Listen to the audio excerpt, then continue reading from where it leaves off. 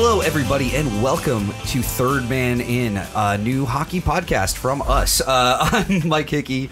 I'm one of your three hosts of the show, and just to kind of get you started, we're going to bring everybody in kind of in a 1, 2, 3 kind of way, and we're going to start with me, because what happened was that's kind of how this started. Was a couple months ago, sitting home drinking a beer, watching Hockey Night in Canada on Twitter on my phone, paying less attention to the game, more attention to Twitter, and I started thinking to myself, like, I had two really good friends who both should have podcasts and didn't. So I texted both of them and said, why don't you have a podcast? And they both wrote back and said, I don't know, I probably should. And one of those two people is sitting right next to me right now. Well, actually, they're both kind of sitting across from me, I guess. But one of them is at Smokes Indoors himself, Mr. Charles Pickett. How's it going, Charles? Hey, Mike. How are you? I'm doing good, and I'm glad that you said yes when I said, well, do you want to have one? I mean, it kind of made sense. I'm more of an idea rather than a doer. I think I'm going to give you credit to being the doer in this. But after like 19 years of trying to shout over every intermission of Hockey Night in Canada and being like, hey, I want this to talk about, but for whatever reason, they don't get to my topics when I yell at the TV. Twitter has been a blessing in that, because you can kind of get to the topic yourself, and here we are. I'm excited to be a part of this. And it's not just you and me. We're probably like kind of like we're probably going in reverse order of the people of the people on this podcast that people actually want to hear from. People are tuning in. Our third host is the one you're all here to listen to. Just because if you've ever been in a room with him, if you've ever heard him on another podcast, if you've ever seen him play, if you see him on TV, he's always just the most electric, most amazing guy in the room, Mr. Terry Ryan. How's it going, Terry? It's awesome, boys. Thanks a lot for having me. Well, for having me. We're going to have each other here for the next little bit. I'm losing listeners already.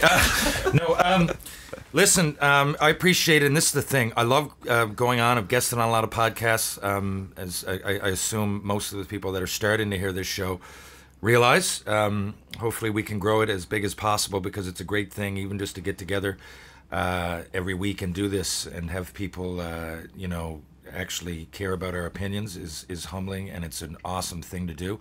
But look, the other thing is that I don't have the organizational skills. So, I really, Mike, if you didn't call, there's a few things I had going on, like maybe here and there. But I often, if I want to, just like, what do you want to be? Charles? Is it Charles? Charles, or Chuck? We'll go with Charles. We know each other online for the most part. I don't know. We've talked online for like, I don't know, 6 or 7. Yeah, well, 6 or 7, I think, with Twitter. When did you join Twitter? Oh, geez, a long time ago. Too long ago. One of the only, at least locally, you kind of gained a little bit of prominence locally. I gotta say, when I was going on, your when we set up the Twitter account for Third Man In at 3MI Podcast, if you want to follow us along if you're not already, one of the things that I did was go on TR's followers.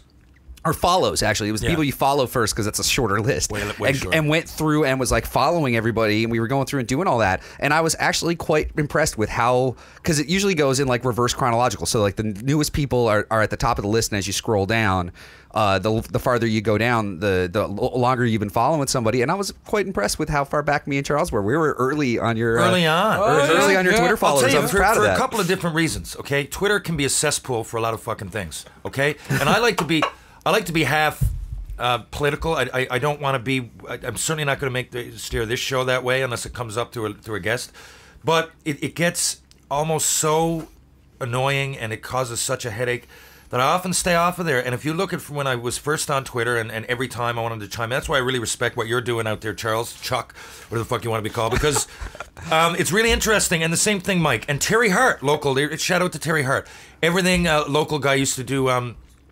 Some VOCM. I think he's just doing it on his own now. It's just his Twitter handle. But, it's a positive goddamn feed. It makes you think. Every second one that Chucky here puts out is real thought-provoking. And I like that. And, another thing on Twitter, I know I follow a lot less people. My social media is fucked up because I'm in between famous and, what's the word, regular? Not civilian? Civilian. Not famous, because I'm not, but like locally, there's a few things that factor in. First of all, I didn't play a long time in the NHL, but I am one of the biggest first-round busts ever, so that's a big thing. then it's with the Montreal Canadiens, not with the Columbus fucking Blue Jackets. So, you know what I mean? So, you know, people couldn't just call Guy Lafleur, but I'm a real backup plan for a lot of major fans because they know they can get a hold of me on Twitter or Facebook or something, and I'll get back to them. So a lot of I'm right at the cusp of like, do I need a secretary kind of thing? Because I want to get back to everybody, but I'm not a big fucking shot. You know what I mean? Like, so it's for me. I'm not trying to be ignorant. I just can't follow all my buddies. I guess that's what Facebook is for. But now, like, and the other thing is that I'm also in for tickets. People think because you play one game in the NHL, A, you have millions of dollars that you never run out, and B, that you just get tickets from here on in to every goddamn game you want to see in the NHL, World Cup, whatever. And it's my Facebook inbox is basically a request line for tickets in the NHL. And the answer is no, I don't. Yeah. I get 4 alumni tickets a year with the Montreal Canadiens. I mean, Jesus, you can't even get an alumni ring. I know. We were talking about that, and that will come up. But you know, I do. If I'm in Montreal, I use the alumni room like my fucking shed. I'm allowed to do it. You know what I mean? And so Montreal is weird because like you go down there and it's like Lafleur, even Beliveau, and Beliveau's wife before the classy legend passed away. When I was first there, Rocket Richard, you know, like Jacques Lemaire, Larry Robinson, these guys hang out at the rink. If you were at like a Nashville or a Columbus, just, you know, alumni room, just because of the history of the teams, it's not as rich. You know, you get Jody Shelley and shit hanging out, like buddies of mine. But like right there, it almost feels awkward. But I say fuck it. This many years later, I'm happy to have played, and I use the room. The Nashville alumni room is just Mike Fisher playing solitaire with himself. He's just there like 3-draw solitaire. Who would have been Jason or not? Watching Carrie Underwood videos on YouTube. So Mike, TR, you're not going to get back to me on tickets? Is that what you're telling me? Well, I try to do what I can, but and the other thing is our buddy Dave Roper. I'm sure you guys know of, or at least know David. He's the equipment manager now for the Leafs, and honestly, that added to, because people know he's one of my best buddies in the world, but you know, I can't imagine what because half the requests I get now are, can I get Roper's number? Can I do it? And they're like, you know, pretty good buddies, but I can't do it. Like I can't. You know, I don't want him with the same fucking stress level as I got. I bet you 2 hours a day is dealing with that kind of shit. So I got to figure it out, don't I? Yeah. No, well, I think now, like, we realize that part of the reason Terry said yes to being on a podcast is so we'd have a platform to tell people to stop messaging from tickets. That's it. I'm going to be... anyway, he's gone at the door now. He's done. 5 episodes at a time and see how it goes. The first 5 are dedicated to me saying fuck you to everybody that gives me unwanted messages. 15-minute segments talking about we're not giving you tickets. Well, you know what? There's no way to come out of it not looking like an asshole. I know. Well, it's also a shout out to Slack because it was only when we actually moved our planning thread off Facebook Messenger and into Slack that TR started to reply on a regular basis to shit. We just get spurts where he'd be like, "Oh right, the guys," and then just go and message us. Right, guys. And then, but now that we've moved it to a dedicated thing, and thank you to Slack, if you guys want to sponsor us, we'll happily accept it. This is therapeutic. I didn't even realize that until you said it. Hashtag Slack. Go ahead. Big fan of Slack. Big fan of Slack. But yeah, we just thought it'd be good. And one thing I gotta shout out. We just actually retweeted this on the 3MI podcast Twitter account. But it's a tweet from a couple weeks ago that my fiance Maria had told me about it. I just cracked up and thought it was really funny, especially with what we're doing. But it's from @KimmyMonty. And it was just a tweet that said, son asking, Mommy, what's a podcast? And her replying, well, dear, when a group of men love their opinions very much. And I think it's just a brilliant synopsis of what we are and why we're here. And also, it's just a cool thing because a lot of you guys might know, if you're listening, you obviously follow one of us or all of us or just Terry. And you know that Terry is also an author. He's got his first book out, Tales of a First Round Nothing. He's got a second book on the way.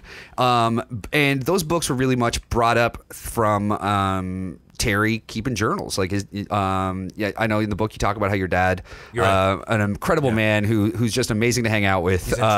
He's an interesting cat. Him getting you to write a half hour every night, like read or write. And so you've got these journals that you've built up, and that's the books. But with the podcast, we're gonna be able to also use the fact that you've kept a pretty intensive address book over the course of the last couple decades. Yeah. So I mean, and so we do have our first guest coming up in a little while. We got some stuff we want to talk about before we bring Ken Reid on to chat to you. But it's just so cool that like we've got this here, and we're gonna be able to bring out all these great people that you're going to get to hear from and hear about the lens of hockey. Because one of the other things that we have talked about is that it's the show is, as much as we're going to rant about hockey and we're gonna yell about things and we're going to have opinions and all that kind of stuff. A lot of this is, especially when we're talking to guests, it's going to be a lot more of it is about how hockey can like bring people together, about how people from all different walks, whether they're actors, whether they're musicians, whether they're hockey players, whether they're broadcasters, whether they're funny people on Twitter or other athletes, talk about, like it's something that can really bring people together, and fandom can really do that. And that's going to be a lot of what we get to over the course of what this show is, I think. That's what, good call there. I wouldn't have gotten to it, but probably from my, we're just getting together, and actually, Mike, when you just said that out, I don't know if we all actually were solidified in that. I mean, I know we were. I'm not saying that you didn't fucking ask us before, but that was a great way to put it because I hadn't thought of it like that. But look, there is an overreach here, and for a lot of people that follow me online would realize that now, I work in the film industry for the last 8 or 9 years, here and there at the beginning. Now I'm pretty heavily involved. I work as a set dresser. I'm on the show, on a bunch of shows, a lot of them shot here in Newfoundland, Rex, Frontier, being the most famous probably, Cot, Little Dog. So I work on these, and I also do some acting and stunt acting, and we can get into that. That's a fun little topic. It's provided me with a lot of entertainment and opportunity. But point being, we're going to overreach a little bit into that area, and I'm not saying we're going to say what's your favorite fucking movie for the Oscars or anything like that. But Jim Cuddy is a buddy of mine. Wrote the foreword to my book. Alan Doyle here in Newfoundland. I mean, he's a big hockey fan. And, very, very much involved in the arts. Culture here in Newfoundland is, one of, how would you say, our culture. It's hard to really explain. I think most people have an idea, but, you go downtown today, even on a Saturday morning, there's a live band somewhere. I guess you could say a bit of an Irish influence. I think we're way overrepresented in the arts community in a good way. I mean, you look at the actors or musicians from here, and they outweigh a lot of other places. We punch way above our weight class with the way don't we? Yeah, we definitely do. Even shows like this hour is 22 minutes. I don't know if a lot of people realize they're almost exclusively Newfoundlanders, and have been 90%, let's say. I haven't really done my research, but I'm pretty sure I'm right. And anyway, so we're going to do that. We're not going to involve, call some hair and makeup person in Hollywood and ask them about their origins, but we are going to overreach because hockey is a game that brings us all together. I think a lot of sports, you could say that about any sport, but from our perspective, we're definitely going to get some interesting guests on, like Jim Cuddy. Jason Momoa will be on later as the chaos of Aquaman settles down. He's a good buddy of ours. Guys like that, Jim Cuddy, Dave Bedini, Rio Statics, and the Dave Bedini Band. We're going to go on, and it's going to be interesting. On top of that, I just mentioned that because we got a lot of guests to come every week, and most of them are going to be from the hockey world, but, we're going to try to please everybody kind of thing, which isn't going to work, but we're going to try. These are all formal invites to the show for all the guys listening. Yeah, a lot of people don't realize it that I just named, but they will be on here. Yeah. And the other thing is, guys, if you take anything from this first 15-minute preamble to our podcast, stop messaging Terry Ryan for tickets. Start messaging him, asking if you can be a guest on the podcast. There you go. Yeah. Who knows? The other thing is that this is new, so we're going to get right in. What's our email, Mike? How would you prefer that people? Well, like I said, we're up and down on social media at 3MI Podcast. 3MI Podcast. 3MI Podcast. So on Twitter, Instagram, Facebook, you should be able to find us through all that stuff. But if you do have anything else you want to get at us about, 3MI Podcast or 3MI Podcast at gmail.com is also a good way to reach out and get hold of us. Remind me something at the end, because I'm going to give some people some ideas that maybe they can weigh in on. All right. Okay. But it's going to waste some time right now. It's just coming to my mind here now. And we're a little over on what I was hoping to spend time-wise on the preamble, but before we go on, I do want to mention one other thing that we definitely forgot because we didn't hear it right now, because everything's going to get kind of edited together after the fact. I do want to say a huge thank you to the guys from Brothers in Stereo, who are friends of ours that we know. Their first record is one of my all-time Newfoundland favorites, and they were very kind in letting us use their tune "Worst Crowd," which is probably my favorite tune off the record, as our theme song here, and we really appreciate that. yeah, if you can, go find Brothers in Stereo on Spotify or Apple Music or a record store, really wherever you get your music, track down Brothers in Stereo. I got a fun story. Oh, sorry, you go ahead. I got a fun story about that record. My high school cafeteria in Labrador? Yeah, in Labrador. Menahek High School. Shout out to Menahek. The high school cafeteria I was in, that record was in the cafeteria playing in the lunchroom for, I want to say, like 3 weeks on end. Wow. Like literally Beautiful. it got put in there and nobody took it out for like 3 weeks on end, and it's just kind of, that was like 11, Every song 12 could be a years ago. single. Yeah, every tune. It's one of those rare records where there's no filler. It really it's is. Just like hit after hit after hit. And what's sad is that it wasn't that. It is, the record did well for the guys, but not as good as it should have. I thought, look. And yeah, and that's the thing. I also have like a bunch of Brothers in Stereo stories I could tell from, like, the boys started. I met the guys when I was like 18 with a fake ID at a bar. Yeah, man. I've got a bunch of stories about that that I will get to at another time. But for right now, we're already 15 minutes in, and we haven't even started the segments. In an ideal world, they'll go on the. If we can take this show on the road. Oh, if we can take this show on the road. Brothers in Stereo to play live. Yeah, we're gonna do it. We could all help each other out. Anyway, we'll see how it goes. Get ready, guys, because we're gonna try to do that. But for now, we want to get to. We've got a plan here, and we're hoping that this is pretty much like kind of the regular structure of things. We're gonna get to something that we're gonna call intentional offsides. Should have brought a whistle to blow then. Well, I was going to put a whistle in and sound effects, and now you're okay. We're going to cue it up again? No. Okay. You've ruined it.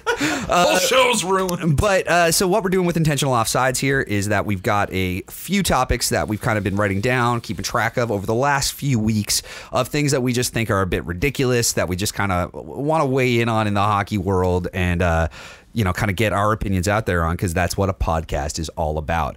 And the first of which is one that at this point probably seems a little bit old, because it's been over 2 weeks since it happened. 2.5 weeks, really, because we're recording this on the 12th of January. And really, this whole story goes back to the 26th of December. Because, guys, what the hell with Team Canada and this 14-0 thing over Denmark? Honestly, you can start, Chuck, because I'm fucking pissed off. I'm gonna go on. I'm gonna lose it. Okay, so I made a joke on the old Twitter there that part of like Canada's Christmas tradition is kind of getting in front of the TV and yelling at teenagers. And like, I knew the Denmark game was kind of gonna be what we always expect that first, line up against, where we're just punching down. It's like when you get Little Mac from Mike Tyson's Punch-Out and you play Mike Tyson for the first time. Like, Little Mac was definitely Denmark in this situation. But after 10 goals, I always kind of figure you put your third line, your fourth line out, and you just keep the puck in that end. Like, and I know the goal differential kind of counts in that whole scheme of things in the tournament. But it ended up not mattering. Yeah, definitely. But like, not worth it. No. After 10, I was of the opinion that, like, okay, yes, first game of the tournament, you want your horses just running out of the stable really fast. After 10, I'm not saying let up. I'm not saying don't take shots. Don't have that like weird New Jersey-Pittsburgh game where the loser got to draft Yager, where there was like 9 shots taken in the whole game. Good call. But just let up, cycle the puck. If you've got a wide open cage and the puck's on your stick, well, yes. But I mean, just going in and dunking on, and that's the thing to me, because it's a very fine line, and this is something that I is really hard to really manage well, because the thing is that you want to be, the whole thing is about respect and being respectful in your play, and there's a very fine line between kind of letting up and taking your foot off the gas and doing it in a disrespectful way where you're just kind of like, oh, we don't even need to try anymore. But then there's another thing of like, if you are scoring your 12th and your 13th goal, like, there's no need to like pumpernickel and just like, there's no need to really like be a big deal about it. At this point, it's Canada's first game. They've only been together as a team for a few weeks. That's a point where Tim Hunter and crew get back and they figure out some systems. They figure out some things, like you said, get the lower lines out, get some guys some ice time that wouldn't normally have it. and really kind of work on some fundamental team stuff. Because I've been saying this whole time that I think the biggest problem with that Team Canada more than anything is that it looked like you had 25 individuals out playing hockey. It didn't look like you had one team. They weren't passing well. They weren't figuring out where each other were. That was my biggest problem with that team, was that they just didn't feel like a team. They felt like 25 individual kids out there for themselves. It did. Now, I'll tell you, no, it's totally did. And I'll tell you some takes that I have on that whole fucking situation, because I was livid watching it. First of all, they knew from fucking the first goal they were going to win by 10. So I wouldn't be pumpernickel at all. I can maybe see the first few. But now you picture it from these poor kids on Denmark's perspective. Hockey's gaining momentum in the region, but it ain't number one. They're very privileged. They, I'm sure, judging by what they were saying after and the quotes I read on Twitter, they seem to be happy to be in the tournament, and get to go to the tournament. And so they're not anymore. Yeah, which is sad. Because of shit like this happening. So they come to the game. There's 20,000 Canadian fans going crazy. It's in Canada. Yeah, it's set up to be that the schoolyard bully is picking on a smaller kid with an audience of his buddies. That's what it seems like. So unless and you can really play that one way or the other. If you're Canada, you can play classy now. Sometimes, I wasn't happy with the 14, but sometimes I guess if you're so dominant, 14 can go in the net. I think they pressed it. But I'm not saying go down and not shoot it. There's a way, though, and if there's a way. There's a fucking way. I've been in a lot of those. I'm not saying in the NHL. I know a lot of people listening to this. I'm going to hear on Twitter right away, well, what the fuck does he know? No, the 8 games were in the NHL. I'm still playing. I played a World Ball Hockey Championship a few months ago, and this exact sort of situation happened when we opened up the tournament. I believe it was against Bermuda, the host. We won 4-0, 5-0, I think. But so, they're going out and there was a couple of people even early that embellished, and I was wondering, I'm looking at it, and they're embellishing plays, and I'm going, you're going to win the game. At some point, these other teams are going to go, fuck Canada. If I was going into Russia, and it was hosted in Russia 3 out of 4 years every time, and we've made something of it, I love watching it, but everybody that says, oh, it's my Christmas tradition, well, I guess, because TSN shoved it down your throat. But, I mean, it's great, because it's great to watch. I enjoy it, but, it's fed to us. It's marketed, it's packaged up, it's great. I mean, that's why I'm not against TSN or Sportsnet or any of them, but we did kind of invent this thing. So any of these Christmas traditions, I get it, but we're watching, and for all these teams coming in, it doesn't mean as much. If you go to Denmark, they probably wouldn't even sell it out. And that's I think in Denmark, hockey is by far not their number one sport. I think their number one sport is still trying to kill your uncle to avenge your father's murder, isn't it? Well, yeah. And they got, soccer's big. They do have a hockey league over there that's gaining momentum, but I mean, Danish nothing Elite League. I just really wanted to get that Hamlet joke out there, guys. JJ Daniel played over there, ex-Ham. But and there are guys now that I know over there. But the thing is, so that's the situation for Denmark. They're shitting their pants on the bench fucking halfway through that game, man. And people are still waiting for a guy to put his head down. Open ice hitting. I can even see rubbing out on the boards. If someone open ice hit me and I'm down 8-0 in the second period, I'm telling you, I'm going to chop him in the fucking head. I was fucking livid. It's stupid for a lot of reasons. The first would be karma, because then it's in your head. The game ends, and even though it's all good, I know that in my head, I just went out and embarrassed a team, and it might come back. And it starts creeping in. People say, well, karma, well, it's not really a thing. It is. It's science. It's in your head somewhere, okay? I believe in that link. The other thing is, if I'm on Denmark, I'm looking to fucking root somebody, and I'm looking to root the best player on the team. You're setting yourself up for an injury. It's happened before. It's happened a lot. So, and again, I know it's a different era, but I know if I was born 20 years later, if I was in that tournament now, I'm telling you, I'm the same person. People do have tempers. And if I'm on Denmark with nothing to lose, I'm not rated for the draft, assumingly most people. I'm coming into this game, this team's going to run over me. With 14 guys drafted to the NHL, I would I would rip the helmet off, and I would fight. That's what I would do, and it'd look bad. It's setting yourself up for absolute chaos. Secondly, sorry, I will stop, but I told you I had somewhere to go. The second fucking game was against Switzerland. What was it, 3-2? 3-2, yeah. 3-2, I believe, against the Swiss. Now, I know they're a lot better, but why did it do? That's karma right there, starting, because they only beat them 3-2. They got outplayed, I thought, in a lot of the game, and then the next game is against the Czechs. During that, their captain, and I will preface it with this. I appreciate it. I love watching sports and opinions, and people say, don't pick on the teens. Tim and Sid's one of my favorite shows. Sid went off, you shouldn't be picking on 19-year-olds. Well... Okay? That is the most senior I've ever heard you sound. I'm 18 years old.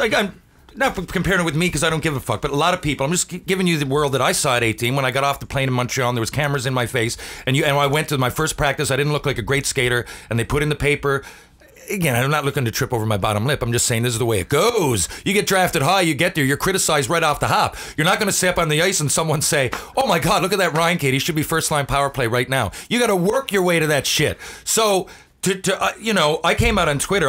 I'm sure Comtois is going to be a great player. He's a great hitter. He was a great player last year. He was great in this tournament. The way he acted, though, was not like a leader. And he's out there against Russia. It's one thing to embellish if you get hooked on a breakaway or some shit like that. Any hockey player that says they didn't, either it's subconscious and they didn't know it, or they're lying to you. Because I've done it. I'm not known as that kind of player. But if I get a breakaway in the fucking World Junior Championship or a World Championship, or be honest, the fucking Captain Cook tournament out in Corner Brook. I've seen you do it at a Friday shitty game. Yeah, you've seen it. So, but to actually poke a guy behind the ref's face, or, behind the ref's attention, and then to have him get you back and then flop down, now you're bordering on the Marchand. I know you're wearing a Bruins jersey, you like Marchand, but I don't like that part about him, and I would have him if I played against him. Love that he's Canadian, love that he does well, but that is not good leadership with 20,000 people, with TSN, with everybody, with all the people looking at you, all the kids on your junior team at home, wherever you are, proud of you, and you're on there and you're goading people in mid-tournament. It's gonna come back. And it came back, and all it looked like at the end of it was a bunch, just like you said, what I just said, I think, led to in the final, or fuck, they got knocked in the final. It wasn't even the semifinal. Was it even the quarterfinal? It was the quarters. The quarterfinal to quarters. Finland. I know they're okay, but they dominated parts of that game. Finland were the better team. I don't know if anybody noticed that. They were. They were the far better team. And the thing is with that 14-0 game against Denmark, what it kind of goes back to what I was trying to say a little while ago, was that there was a point in that game when you're up by 4, when you're up by 5, when instead of worrying about putting the puck in the back of the net, clearly what we saw from that Finnish game was that Canada need to work on their fucking passing. Yeah, man. And they could have really stepped back and worked on their systems and worked on their cycling. Some of those Finn guys, they couldn't catch to hit like they were hitting the guys on Denmark. Poor guys came out, probably never played a game like that in their lives, getting lit up at center ice 8-0 midway through. I'm getting upset talking about it. Honestly, I nearly put my fist through the fucking TV. Fuck them. Yeah. And now I'm positive, though, that that we have a healthy. I don't think it reflects on hockey in Canada, and that people do overreact. That was a tournament. The way the team played, it pissed us off. Well, I can say that. I know they're teenagers, but they do. That's criticism. I have confidence in all of them. I think it's a learning experience. I think Comtois in a few years will be in the same position. He might be assistant captain of whatever team he's with. Who's he with? I forget. Anaheim. Okay. So yeah. And they need the help, right? And they got a lot of guys exiting. So he's going to be a big part. Now, that might just be, here I am, the under-18s, man. I fucking lost it at the end of a game against the Czech Republic and got thrown out. I was MVP 3 of 5 games going in. I was one of our better players back then, of course, in another fucking life. But that, and I remember looking like an idiot and grabbing the guy. He didn't want to fight. I was just pissed off, tripping over my bottom lip because I played bad, and I fucking beat him up. And my blood all over my hands. The poor kid was fucking crying, and I really regret it. And that was on TV in Amos, Quebec. I remember it was on Atlantic Canada and regional. But that was it, and I fucked up. But it taught me. I remember one time I hit a referee here, Teddy Murphy. It was an accident. He's a local guy. I love Teddy.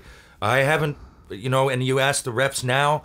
Even now in senior, I shake their hands before I go off because you learn this shit. Now, I'm not saying Comtois an asshole or a punk. I'm saying that was a stupid move and he needs to learn from it. And I think that criticism is justified. I think the way some people went. Yeah. And I feel like a lot of the criticism that Comtois got was more so for the missed penalty shot in overtime, and and to me that's unjustified. That's bullshit. Well, I think for one, Hunter never should have put Comtois out there for that. And the other thing is, it came out after the tournament, he played the whole thing with a separated shoulder. Yeah, a lot of good here. There's a lot of good there, and the way a lot of people went off on him especially I think they went to his bullshit. That's bullshit. You at the end of the day, it's you can say it's one thing to go on Twitter and call somebody a fucking plug, but it's another thing to go on their personal accounts and say I hope you contract horrible illnesses and I hope you die and use derogatory terms and all that's I hate social media. Not that calling someone a fucking plug isn't a derogatory term, but you know what I mean. It's it's a little bit different and it's keeping it in a very like and also don't tag him if you're gonna call him a fucking plug. I get it. If he wants to Google like vanity search himself and see that I called him a fucking plug on Twitter,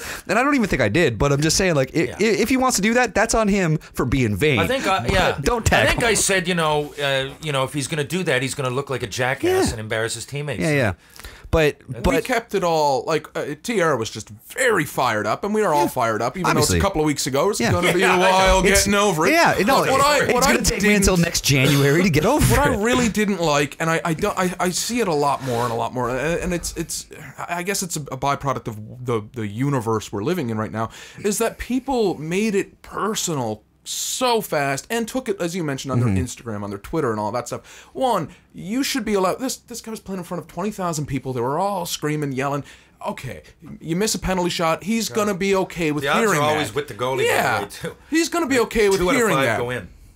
But two, no one deserves to say you let your country down. You're a national and all that, and like tag them in it and put it on their. I had a real big problem with that. Yeah, that's that is absolutely. That's not what to me. That's not what that tournament should ever be about. That's not what being a hockey fan should be about. No.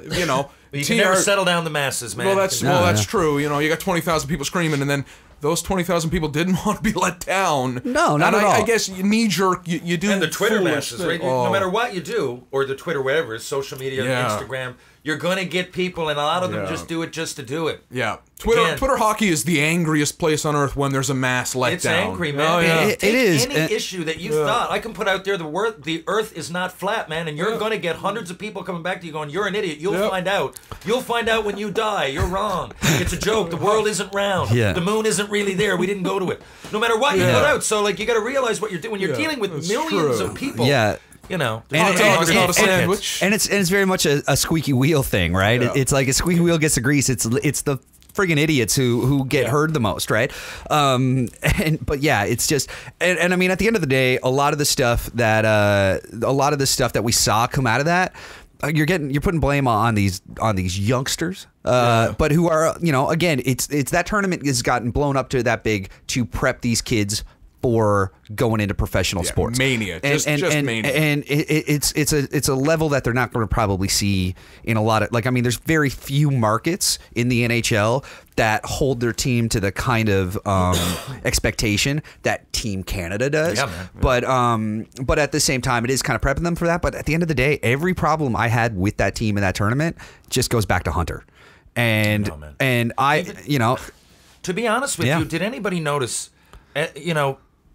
The power play, like, just one technical thing I didn't understand. Okay, that some people that run power plays out there might. Yeah. But there's the way that we would run a power play, say in pre-2005 or whatever it would be, was kind of to overload one side. There's a forward down below the net. There's a guy in front. You give it to the point over to the other. So you're working with half the ice. Yeah. Now, more often than not, you do the umbrella style where you have one guy at the top, two on the sides, two down with a guy coming back and forth front of the net. Yeah. Right, net presence here and there. But you got five kind of umbrellaed out around. But Team Canada, so what you normally do, think Stamkos. He goes on his wrong side so we can get the one time. Same thing with Ovechkin. Yeah. Otherwise, they wouldn't be shooting it that hard because they couldn't one time it from the other. Yeah. But Canada, if you'll notice, you go back and their power play was dismal. Yeah. But they had guys playing their natural side. So when it came, who was the D that missed that shot? Dobson. His stick Dobson. broke. Yeah. So when he was on the power play, though, he was on the other side. Yeah. That side was advantageous. If the stick didn't break, it was in. Oh, when he was 100%. on the power play, he was on the other side. And they'd have a left shot there, and I still don't. I mean, I get trying it once in a while because some guys can be natural passers and hit the back door, whatever they might do,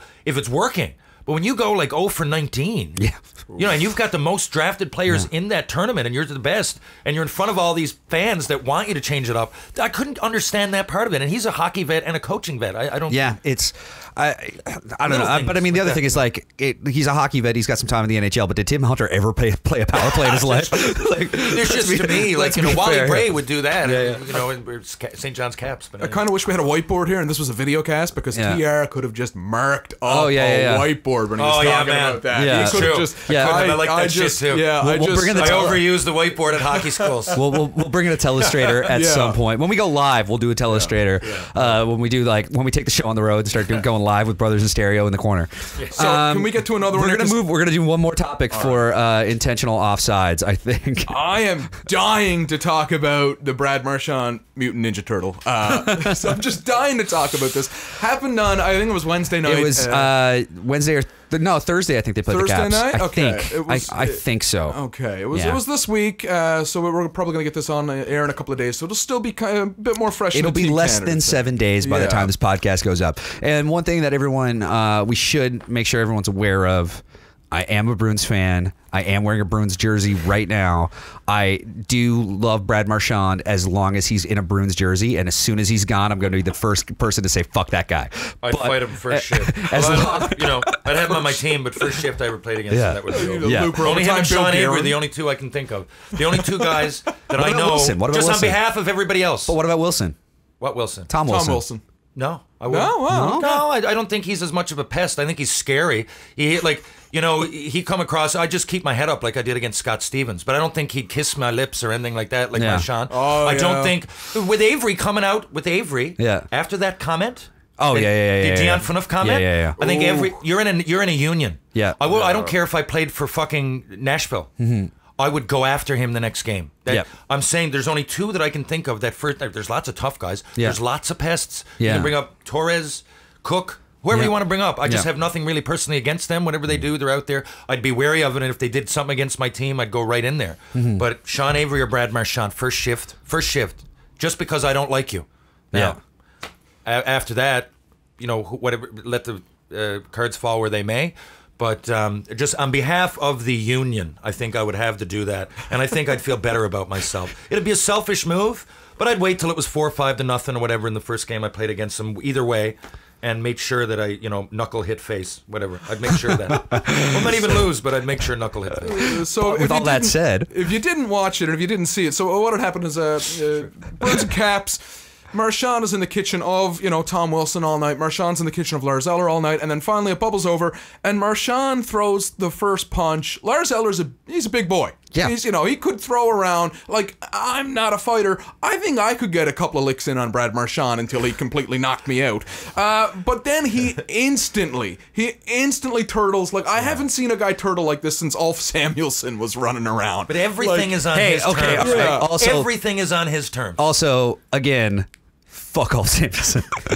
The Ulf Samuelsson count on the podcast is I love that you brought up Ulf Samuelsson. All right. And again, I'm wearing a Bruins jersey mainly because of Cam fucking Neely. So fuck Ulf Samuelsson. One of my favorite players ever. One of the greatest players. Archetype power forward. Fuck Ulf Samuelsson. By the way, and I think we cut you off, so you're going to have to finish. But before I forget, there's a difference, though. I'd still have Marchand on my team. Mm-hmm. I just don't like all those stunts. But I would never have Avery on my team. If there was one, if I had to go down to one, I hope I never hear of him again. Don't wish death on anybody. I'm not saying that. I'm saying I hope he goes to fucking Tanzania and I never hear, or it's just a little bit less stress in my life because that guy's a troll. So he's the only guy who's going to get a no on the "Can I be on your podcast?" Hey, if he wants to come on, fine. I'm not going to. I met him. He was at Brad Richards' golf tournament just not in years person. ago. We're not going to do a personal film shoot with Sean Avery. And I get he's just so narcissistic and. Just everything's for the camera. That was all a show. Oh, yeah. That was all a fucking show is all that was. He's an average player, too. But we should go back and finish this Marchand point. Yeah, I'm tagging Brad Marchand here with what I'm calling an intentional offside, which is just, in my mind, an intentional offside, it's just a boneheaded, selfish thing to do. However, if I were Bruins, literally, if I were anybody involved in the Bruins organization, if I'm talking management, hockey ops, coaching staff, the guy that scrapes the little last drop of ice from the Zamboni door, given the injury situation that they had this year, I do not want Brad Marchand fighting, so you gotta find a way to have him reel it in just a tiny bit. I know, but it's a catch-22, because if he reels it in, then he might not be Marchand. He's not as effective. That's the thing. We're at a point. He's really effective. We're at a point with the NHL where the biggest thing here is it's not. like enforcers don't work in this kind of hockey anymore, right? No. Like it's just not that type of game, but pests do. Like, and that's now each team is a pest rather than rather than a goon, it's a pest. Take your fucking poison. And so Marchand, if he takes that part of his game away, he's not as effective, which is sad, because the thing is that we saw it in the World Championships last year, the year before, whenever it was, like when Brad Marchand just plays hockey, he is a phenomenally good hockey player. Yeah. It's when he does all the other shit that just makes everyone hate him. And that's the sad thing, is like Brad Marchand is a guy who became a pest to accommodate for the fact that he's like 5'3". And he's trying to make it into the NHL, and he's, and he's just this smaller guy. And so he became a pest. I would imagine it was a combination of just being an arsehole and like naturally just being an arsehole and accommodating for his size, and that's kind of the way he went with it. But the thing, are you ready? Or did you? I think so, because all I'm trying to say is that, like, I think if we take it out of his game at this point, at the NHL level, I think we lose a big part of Brad Marchand. This is the thing, which scope right across society. Take it, Me Too, take it whatever you want to, politically with Trump or Trudeau or whatever. There's a blanket of people, just assumptions that everything is the same, and it's not the same. There are levels. Darcy Tucker was a pest. Yeah. A respectable pest. Yeah. He did the same thing, except he's not going to come up and lick your fucking mouth. You know what I mean? Like, he might spear me. I'd rather that. I played against Tux for 3 years in the Western League. He was one of the best players in the league. He made that. He was very determined. Wasn't a great skater ever. But he had 20 goals in the NHL. He was a small guy in the West. He was frail. He was about 160 pounds, man. But he went out there and he did whatever. If he couldn't beat you in a fight, we played in West in the 90s, was real tough. Think of the guys, man. Wade Belak was a tough guy. He went in the first round. It was very important back then to have a bit of toughness. Western League was king. We won like 8 of 11 Memorial Cups or something. And Darcy Tucker was one of the main players on the best team arguably ever in the West. 3 out of 4 Memorial Cups, Kamloops Blazers. He went in the American League. People said he's too small. He had 90 points. Then when he went up to the show, he was always a pest. But Tux meant what he was like. Tux wasn't doing that for the camera. He was doing that because that's him, man. And he'd spear you. I'd hate him for it. You fuck. I grabbed him. But if he licked my face or told the world that, he fucked my girlfriend for sloppy seconds, man, I don't know what I would do. That's what that's again. Yeah. Sorry, I'll take Avery out of this. That's the one thing that pissed me off about him. Yeah. If he didn't do that, maybe, or those push-ups on the ice and shit. Okay, but let's just say Marchand though. But every once in a while, Marchand goes over the line from pest to just asshole. Just no matter what you're doing, that's an asshole move. Yeah. If you're playing hockey, if you're in a phone booth, if you're ordering a fucking coffee, that's an asshole move. Yeah. Whereas Tux, it was out there, I'm going to fucking go as hard as I can, I'm going to play with passion, I'm going to jack everybody up in here and get them all behind me, and then after we'll have a beer and talk about it. Yeah. Right? And that's the thing, is that at the end of the day, there's stuff that's hockey stuff, and there's only one, maybe two, like it's a small number of situations where it is acceptable to lick another person. I'm gonna say this. I honestly think that the licking of the helmet, the licking of the face, and all of that, the Leo Komarov stuff. One, some guy put it on YouTube and synced it up to the Titanic music. Amazing. Definitely worth looking up. All right. But number two, I think if I'm anyone in the Bruins organization, I let that, it's kooky, it doesn't, I don't want to say it doesn't belong, like I'm some sort of old, Yeah. it doesn't belong. It doesn't, but yeah. I would rather him doing absolute foolishness like that than throwing sucker punches, because Lars Eller could have just really done the weight class and there. the other thing is, I was watching, I'm currently hitting up Audible, listening to Down Goes Brown's History of the NHL in the car, and yesterday he was talking about the Good Friday Massacre. Yeah, I remember that. And it's on YouTube. Yeah, I went back and watched YouTube, watched the YouTube clip of it and was watching it. Craziness. And the Slager punch on John Hamel that ended the guy's career. Yeah, man. Is one of those things of because usually, and I mean, you'll say this to TR, that for the most part, it's hits. Hits. I've had 4 post-concussion syndrome, by the way. Yeah, one affected me for a year. 300 fights, never had one from a fight. Yeah. All hits. And that's the thing, is that generally fighting isn't the dangerous part of hockey, it's the hitting that is. But at the same time, when you do see like a devastating hit like that, that is something that if a helmet comes off and there's no visor and there's no whatever, that is a hit that Lars Eller can make on Brad Marchand. And it's the sort of thing where, like, if it happens to a guy like Brad Marchand, everybody's just like, you know, everybody who's not a Bruins fan or affiliated with the Bruins says good, you know, and it's sad, but it's, you know, in a physical game where everybody's going around with a weapon and there's hard boards. I mean, we're never going to eliminate the physicality. I mean, I had concussions and it's bad and I hated it and everything, but we got to work towards making it as safe as we can, and we help people with them, but it's always going to happen. I mean, you can go on a breakaway and slip, and that's another one. I had another one on a breakaway, slipped, knee hit the post, helmet popped off, head hit the boards. Again, I was going really fast. I think it's the momentum, whether you get hit or what you do. With fighting, I'm standing there. It doesn't matter who's punching me. I'm ready for it. I'm stable. I'm looking. But now the other thing, to get back to the Eller. Eller doesn't have experience fighting a lot anyway. So he went about it the wrong way. I would tell you, Marchand is a guy, he's always going to do it on his terms. You're not going to back up and drop your gloves and get him to fight, man. It doesn't matter who you are. It's not a size thing that he fears. He just got to be on his... You know, I don't think even fucking Chara, or I guess they're on the same team, but you know what I mean? I don't think Ryan Reeves intimidates him.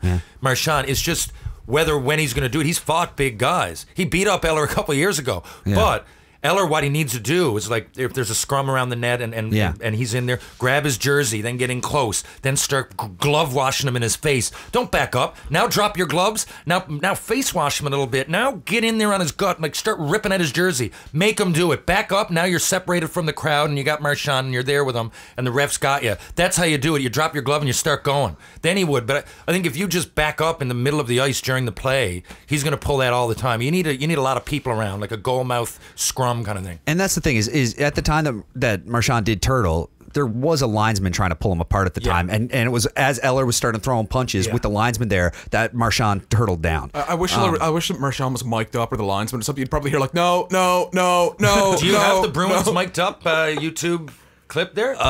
It's pretty good. Yeah, I don't have it here, but yeah, it is. Definitely check it out. Check it out sometime. He does have a mic on him a lot of the time. He's just chirping the whole game. He's actually pretty good at it. I know, and with that, I think we'll wrap up the Brad Marchand Mutant Ninja Turtle, just because we do have to move on to another topic, and not even another topic. We're gonna go to another segment. And that segment is something what we're gonna do. Where we're gonna take it to the tweets with our hashtag hot take. So yesterday, just before we recorded this, we threw it up asking people for their hashtag hot take. So it's hashtag hot take if you want to follow it along. Very important you spell out the word hashtag. That's second time. The first one is the hashtag. The second one is the word hashtag. And so we asked people to throw some hot takes to us. And Charles went through and he grabbed a couple that he wanted us to kind of chat over while we're here today and weigh in with our opinions on your hot takes. So what's the first one you got for us? I'm going to grab the first one from Twitter user Derek Mills, who goes by @theadman709. All right. And it was very, a very brief tweet, and it just says, and there's a lot of question marks here, so I'm going to be... Bobrovsky to the Oilers? There was three, I think. Three question marks. And the reason I want to talk about this is because, well, obviously, with Sergei Bobrovsky and the situation that had gone on in Columbus and that Nashville thing that no one really knows about. It's a weird thing. It seems like it was it seems like he went back to the room. He didn't come back out to the bench, which he normally does. I don't even know if when he gets pulled, I don't even think he usually goes to the room right away. I think he just stays on the bench. Yeah. Some guys will like automatically go back to the room, cool down for a minute, come out and sit down. Throw a milk crate. But he went back. He didn't come back at all. And then afterwards, apparently there was some sort of incident in the hour and a half that followed the game ending and the team getting on a plane. Yeah, I read that it was at the tarmac. Which what are we talking about again? Bobrovsky. Yeah. These fucking loose cannons. There's always some. No, but that's the thing is there's not. Because I haven't heard anything else about Bobrovsky before this that way. I have. I heard he's quirky. He's a goalie. We're all quirky. Whoa. No, there was something. Yeah. So, one, mainly, like, no one really knows what went on with the Bobrovsky thing. However, the main thing I want to talk about with this tweet is, okay, the Bobrovsky situation completely, I think, like, I read that something happened on the tarmac, which made me think of, like, a Jean-Claude Van Damme action movie with Bobrovsky Which we're also going to get to in a minute. Yeah, which, like, Bobrovsky going wild. Sudden death. Sudden death. Yeah, We're gonna talk about that in a minute. Yeah. However, I am incredibly dialed in and hopeful to see Peter Chiarelli make a trade for Sergei Bobrovsky, because like there's got to be like one.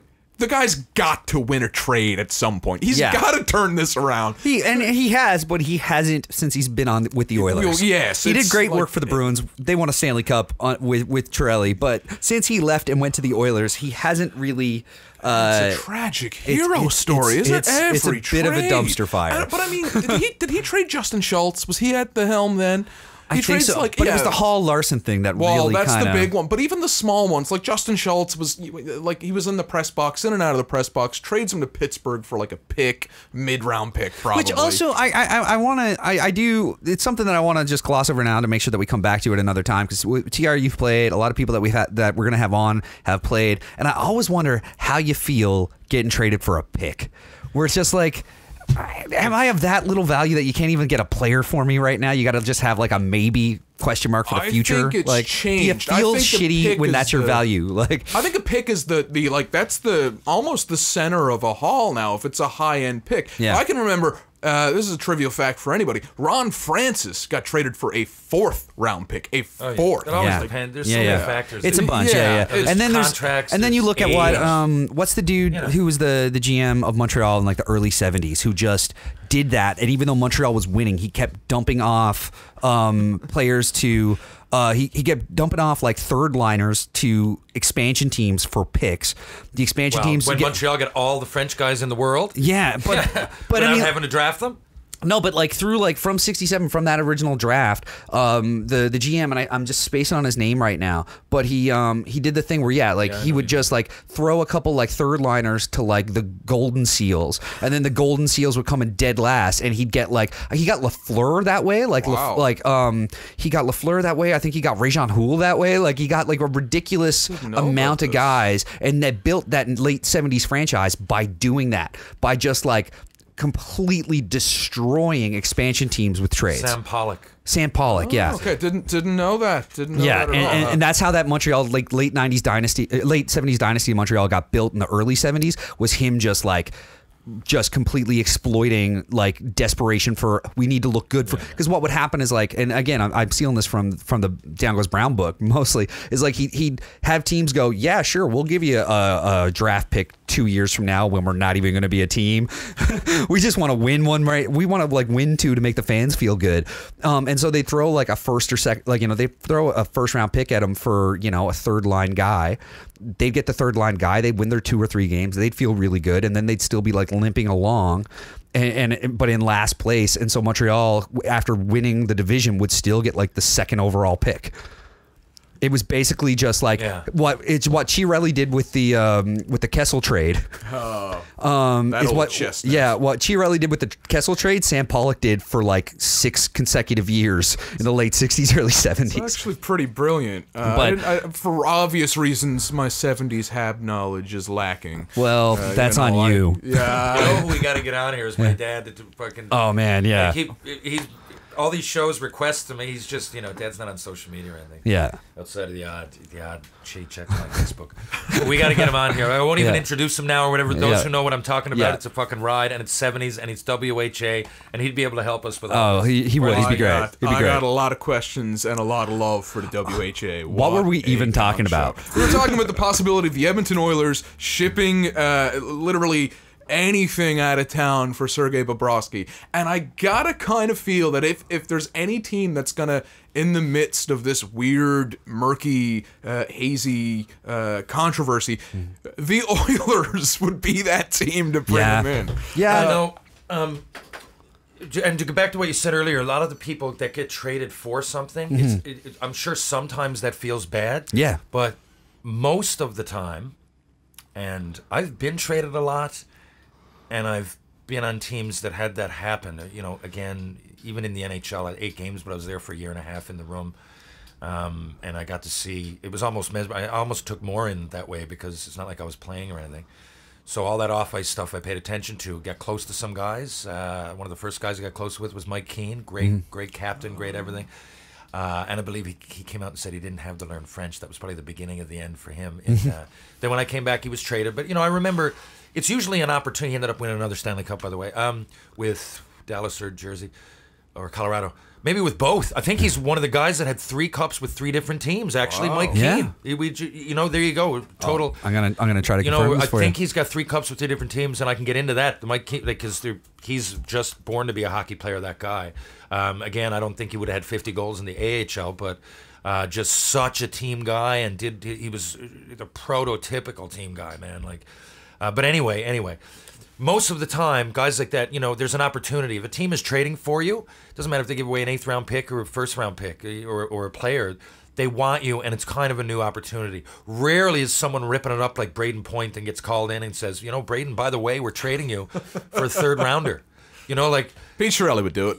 Well, yeah, usually it falls into where you are. You're not usually traded. If someone really wants you and calls, that's different, I guess. And there are situations, but coming up to this trade deadline, teams are going to try to help themselves. The players that get moved, I'll give you a great example. Cody Donaghy, local kid, was drafted to Detroit. Wasn't even drafted. He went to the draft, didn't get drafted, but signed right after the draft with Toronto. It often helps to be a free agent in that situation. I'd rather be a free agent than go in the 10th round and have no bargaining power, but I'm owned for 2 years. So, so the late guys that don't get drafted are kind of ready to be a free agent, and teams want to sign them. So Cody signed, and he went back to junior. Then he got traded to Ottawa while he was in junior. And I was like, I called him with that, mantra kind of, are you okay? Are you going to be all right? He's like, yeah, man, Ottawa wanted me. And Ottawa got him. Now he's in San Jose, right? He was in the East Coast League. He just got brought up to the AHL the other day. Their AHL team's in San Jose. But the Sharks really like him. And he was part of a deal with 6 or 7 people involved on both sides. I forget the deal. But, a lot of the time, I would have really welcomed a trade. I wanted out. There's usually these people, it's not a disappointment who you're getting traded for. That's just a pride thing. Yeah. You just go and you unless you're getting traded to Roanoke in the East Coast League and you're saying, what the fuck, I'm an NHLer. Yeah, looking in the mirror. But you know what I mean. Usually, you're either prepared for it because you think it's coming. Roanoke, of course, where people literally go to disappear. You're ripping it up and someone calls you in. Yeah. Where on an atlas would I find Roanoke? Roanoke is in North Carolina. Okay. No, South Carolina. Roanoke, I thought was in West Virginia. It's either Virginia. Virginia, I think it's Virginia. Yeah. But Roanoke is literally where people go to disappear. Roanoke is known for Roanoke Rebels. Roanoke, they've had a few different teams there. Roanoke, best known in anything else for how it was one of the early settlements in North America, and then everybody that lived there disappeared. And when people came back to bring them supplies, everyone was gone, and there was just the word Croatoan carved into a tree. And there's a big mystery around where everybody went. But the lost colony of Roanoke is an actual thing. You're right, North Carolina. North Carolina, yeah. Roanoke. Do you ever live there? Yeah. But no, North Carolina. I was sure it was North Carolina. But Jesus Christ, I thought that was... But just circling back, I have confirmed Mike Keane did in fact win a cup in 93 with the Habs. He won it in 95, I guess it was, with Colorado, because he was part of that Roy trade. So he won that one with them. And there's Roanoke County. I got to correct before I sound like a fucking geographical idiot. I got a degree. Fuck, it took a lot of geography course. So Roanoke City is in Southwest Virginia. Okay, so it's 2 different Roanokes. Yeah. And they're both prominent. It's not like one, so that's why we both thought so. Okay, so that and he did win as well with Dallas. He did one in 99. So within 6 years, he won cups with 3 different teams, and also. Always guys like that to do it. Chris Stigman, Brad Lukowich. In 87, played in the World Juniors, where he didn't get to win the World Junior because he was part of the punch-up. The brawl. Yeah. When the lights went out. Yeah, so that's and he also ended up playing with the Manitoba Moose. He did, till he was like 40-odd years old. Yeah, he actually played with the Manitoba Moose until The Moose moved to St. John's and became the Ice Caps. It wasn't going. It wasn't making the He difference. wasn't coming down here. He had enough of hanging out with Terry Ryan. Well, he was like 43. Every once in a while, when he's one of the guys though. When I go, he takes advantage of the alumni stuff too. He's a Stanley Cup champion, not like me. We got 8 fucking games. So I got a World Ball Hockey, Mike. That's comparable. No, but what the point I was going to say about him, boys, I'm telling you this. One of the nicest guys and leaders I've ever met. The first camp I went, the Montreal Forum was still there. So I fluked out. Him and Lyle Odeline were great. They took me out, drinking. I say, it was like 6, 7 beers at a place called Cheers.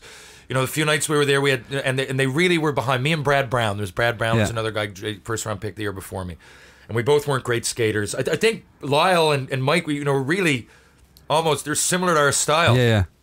So maybe that's what they saw in us, but they were great. And I remember, going on the ice. Right away, I could see Mark Recchi. I'm like, this guy's a fucking bullet. He passed it to you. That's the biggest difference. I remember going back to junior. People were like, what's the difference? I'm like, Mark Recchi's passes. I don't know how. They don't bounce off your stick. I mean, coming out of the zone, they're bullets. It's harder than my wrist shot. It's crazy shit. Yeah. So, and he would always say, just throw it my way. You could throw it 3 feet in the air and he'd knock it down. He'd just keep going. Rex would always go, put it in front of me though, but not behind me. Put it in front of me, I'll skate onto it. So little bowling ball. It's just like playing with me. Yeah, it's very similar. Yeah. But like those guys, there were certain people you could see, even Vladimir Malakoff, who ended up, really underachieving. The guy didn't like him very much, but you see his talent right away. Yeah. Mike Keane, and this isn't a slight to Mike Keane, but I remember going, because he was the captain. I'm coming out going, what's the captain? And he was on the World Juniors. Yeah. But you look back at his junior stats, they weren't outrageous. He was just such a good leader and a good two-way player, great two-way player. But I remember him saying to me, first day, we went out for a bite to eat, and then the second day we were at practice, and he said, just look at me play. He said, I'm no better than you.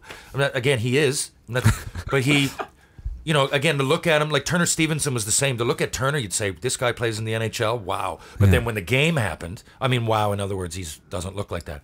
But when the game happened, it was a completely different story. Yeah. Mike Keane was blocking shots. He was chirping guys, and not in a pest way, just like, you know what's coming. He was always, and he'd stand up for guys. He was a decent everything. And I never, going back, if there was one person that made me feel good about myself and made me confident, it was Mike Keane for sure. Recchi would say the same, but Recchi was unbelievable. I'm like, I can never skate like that, no matter what I do. But Keane did look. I was like, you know what? He did it, and maybe I could, Wow. Recchi held on to the NHL until he was like 43, fucking right, didn't he? Yeah. Oh, yeah, I remember Way he retired underrated, on the that ice. guy. Oh, big Mark Recchi guy. And Hall of Fame. And big thing coming back, he was a huge part of that Bruins. Yeah, he was. That Bruins win, yeah. Retired Rex on the was ice. another one. Yeah. Rex, how many cups did he have? Rex is... Carolina, Pittsburgh as a young guy, Carolina, Boston. I think he's only got the 3. I think he's only got got the 3. Listen to himself. Fucking listen to the Stanley Cup rings. Holy, jangling on his hands there. Yeah. He's only got 3 with 3 different teams. That's it. Apologies Recchi only to got Mark 3. Recchi. Yeah, where's Pocket Rocket when Pocket Rocket got the most, doesn't he? Yeah, 11. he played 22 years. He won with Pittsburgh in '91, the Hurricanes he won them 20 years apart. He won his first one in '91. He won his second 15 years later with the Hurricanes, and then 5 years after that, he won with the Bruins. That's pretty fucking heavy, man. 3 cups with 3 different teams, man. And at age 43, he is currently the oldest player to have scored a goal in a Stanley Cup Final Series. That's wild. Well, think about it, man. Like, think of the odds. When you make the NHL, like, I got to be honest, I felt the whole time that I was going to keep playing. I mean, and really, if I didn't get injured, I didn't play my cards wrong, if I went back to camp, I kind of created my own destiny, whatever. I know we can get into that someday, but for people listening, I kind of fucked up. But it was always on my mind to, like, make the NHL. It wasn't like to win the Stanley Cup, because it was just the odds aren't in your favor. There's 32 teams now? 30? So you got... Well, there will be 32. Yeah, there was 26 when I came in, and it went to 30 the next year or 2, I think. Or maybe it was 30. I think it was 26. In any fucking case, it's 1 out of 26 or 30 that you're going to win it. So, like, people go... Rick Nash just retired. Hats off. Great career. Now, huge career. Great before career. I get into that part of it... Did he have a cup? No. I don't think. He didn't make the playoffs till like fucking 12 years into his career. Because he was with the Blue Jackets up until he went to New York, and then he played with the Bruins. And he had the Stanley Cup final a few years ago. Was he with the Rangers? With the Rangers, yeah, that's right. So he played with it. Aaron Ashton was on my team, by the way, or in junior in Montreal. Good buddy, wrote forward in my book. Aaron played in Gander a couple years ago. We can get into all that. And shout out to the Gander Flyers for shout out to the Gander Flyers. as much as someone from Grand Falls, it kills me to shout out to the Gander Flyers. Shout out to the Gander Flyers. But they did it. They brought in Aaron Ashram right after the year after we played the fucking Stanley Cup final. That was a treat. That was a treat for everybody in Newfoundland, and we sold out wherever we went. And thanks to Ash for that, and thanks to Gander for accommodating both of us. It was a great time. But there's another guy. So anyway, Ash and told me. Remember, they were really down on Nash that year in the playoffs. But Ash said, don't say anything. But he's playing with a broken shoulder, whatever he meant, separated or whatever it was. Yeah. He went through all those playoffs. So he's not the most physical guy, but he played through some injuries. There's different ways to show toughness. I've often said that. One of the toughest guys I played with or against. Before I get ahead of myself, who the toughest player in the league I thought when I was there? Depends how you define tough. You say fighter is one thing. Are you asking us to guess it, or is this You'll rhetorical? never guess it. Let's just say toughest non-fighter. That's the best one. I can't say toughest in the league when Bob fucking Probert was in there. But let's just say, and I'm telling you, I only played against him twice, and it blew me away. But I probably sat out 3 or 4 games against him. And he's a winner. He's a big-time winner. And I could not believe what I saw, because all I saw before that was highlights. I'd have to say Lemieux. For that era, like a guy that came back. I mean, that guy came back with cancer. That's a great, and he's probably my favorite player to watch. Lemieux as a tough guy, but like... No, great way to... Yeah, great answer there, because mentally tough, Jesus Christ, you have to. Remember the year... in like 92 or 93 where he had cancer, 25 games, he comes back 25 games in. LaFontaine was leading the scoring. And he won it. He won the scoring. Yeah, LaFontaine's not going to forget that. He couldn't do up his skates. On remission. In remission. Yeah. It was fucking sick. Oh, but now, so there, hats off, and he's my favorite player to watch ever. I hate when to compare him or Gretzky or to me, that's the top 3. But, how do you, and by extension in today's era, a guy like Crosby who actually does it all, of those 3, or was the closest to doing it all, but even he took chances. Let's say, watch Orr end to end. He ain't in his position. It's great to watch. He needed to do that to open up the game. So I would start to put Crosby and these guys, but those are the 3. Let's be honest. Those are the 3. But toughness, Peter Forsberg. I'm telling you. Ooh, yeah, he blocked shot. He went in the corner. He was so strong in his skates. You wouldn't believe it. Well, you would, because he's a fucking winner. He's a Hall of Famer. I assume he's a Hall of Famer. But Forsberg, I'm not sure. I'll check. I assume. I don't know games played, or I can guess, and I know he had a lot of points. But I don't know. Like, he was mesmerizing to watch. I remember when he came back for, I think he came back with the Nashville Predators. And he had some injuries, He had this weird, this is like... Oh, yeah. Forsberg went, 2014. He went early into the Hall of Fame. He always had that problem with his foot. And he had the media had gotten a hold of, his regiment. And he was getting all kinds of weird, shock therapies, which was, back then it was, real primitive. Yeah. I remember hearing he wasn't going to play, and then he fucking dominated. Yeah, and then it was just they've been electrocuting my foot because I don't know what the injury was, but I guess somewhere a doctor thought, hey, let's put a couple volts through this and see if it gets better. And he did, that sounded hard as nails to me. Towards the end, he just kept coming back. Yeah, on Forsberg's Wikipedia page, there's actually a section that says injury proneness. Yeah, man. And Benoit Brunet was injury prone. They called him Benoit the Brittle. Right? There's guys like that, and nothing against Benoit. People get injured. I don't even know if I fully believe with the prone thing. Yeah. Sometimes just luck. Yeah. And you're playing that sport. It's just a style. It's a style of play that lends itself to situations. Right? Yeah. But Forsberg, I'm telling you. Yeah. Until then, I knew he was good. I knew he was great. You see the highlights, but it's not like I was sitting around watching Quebec Nordiques games or Colorado Avalanche games. Yeah. Or you'd hear Sakic and things, but holy shit, man, in live. And I remember a lot of when I say toughness, because he was playing through injury the whole time, and everybody would say, "Oh, he might not play tonight." Yeah. And we'd be in the room, and you'd hear other NHLers. That's how you get to know. Yeah. Because I warmed up every time. I got 200 warm-ups in the NHL. So, it's fucking true, man. It's true. The one game I played, the 1 year, that's why people go, well, you're up for a cup of coffee. I know, but 96, 97, I was there almost all year. I only played 3 games. Now, I had a concussion the year before and everything. So they were great. They just said, you want to practice with us? Unless we get 8 injuries. Because they were even calling up Tucker and these guys. I was junior age. Yeah. But they're like, you'll get in. And, once every month they'd throw me in the lineup. And it was great learning experience. I don't fucking think anything bad of it. But point being, I was there for over 100 games. I think 155 or something is what I got credit for in the NHL. PA, whatever it is, your payout at the end, which isn't much until you get to 400 games, but that's happened. But anyway, so if anything else, it's like if you're blind and you pick up on all these sounds. Yeah. I wasn't playing, so I couldn't concentrate on that. So I would hear all these guys I respected talk. Yeah. And like whenever Forsberg was in the conversation, like Recchi, Damfus, these guys doing up their skates. Okay, boys. Okay, we got Pete tonight. Okay, you know what? Let's be ready. They didn't say that about many other people. And then he'd get out there, and he'd just be a dog both ways, and he'd just all of a sudden dominate, and he was really go down the wing cutting in. And I don't think now we're how many years past his retirement, and I think people are already starting to forget. And it's almost disappointing because he was mesmerizing. I wasn't ready for what I saw when I played against him. And you know what's really amazing about that is that this whole conversation about Peter Forsberg started 20 minutes ago when we mentioned Sergei Bobrovsky going to the Oilers. Yeah. That's why. We got time for one more hashtag hot take? We might as well. I honestly was thinking that when we initially Ken started. wants to go on in 15 minutes. That's perfect. That is one more hashtag. So we'll do one more hashtag. Well, I'm going to do my best to try to keep us to like maybe half that time with this. Okay. Then I want to talk to TR about something before we go to Ken. Okay. But what is the second one that you want to bring up? All right, I'm going to bring up the second one. There's a couple that I wanted to get to here, but we went off book. We can save them for other ones. So this comes from Facebook from a guy named Dennis Rice.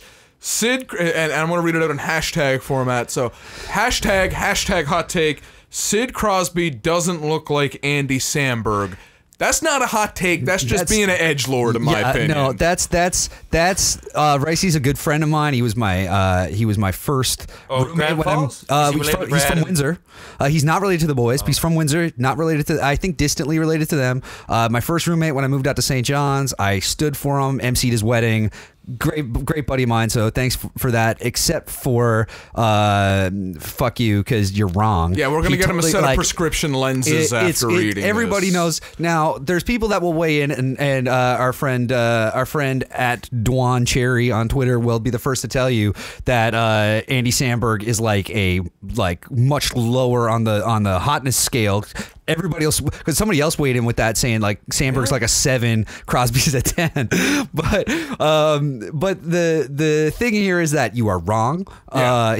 They do look alike, and they were so wrong that last night when I saw this come through, I tweeted out through the 3MI podcast Twitter account that I want to see an episode of Brooklyn Nine-Nine. That is, it happens where it's during the Stanley Cup playoffs. The Rangers are playing the Penguins.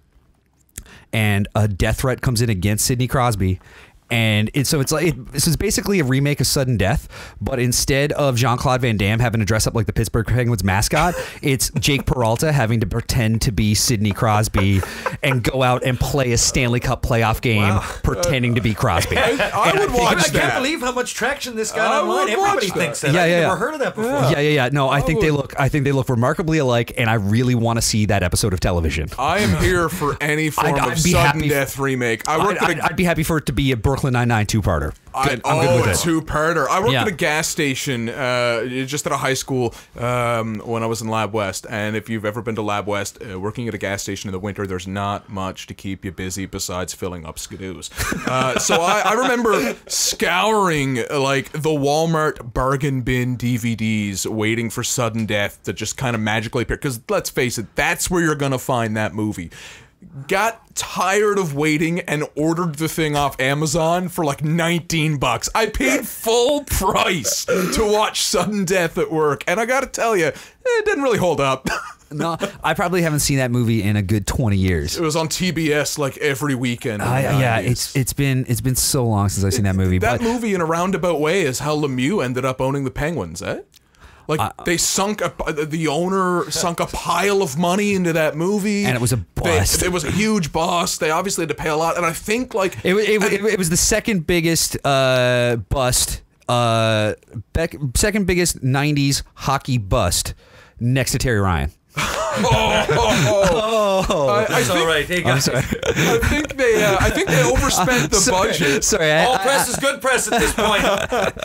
But I think I think they could, someone can challenge me, or I'm frequently wrong, but I think they couldn't pay like Swass what they owed them, and they were just like, well, take the team and good luck. Like, we can't pay you that money we owe you. Amazing. Hey, Mike, once an NHLer, always an ex-NHLer. There you go.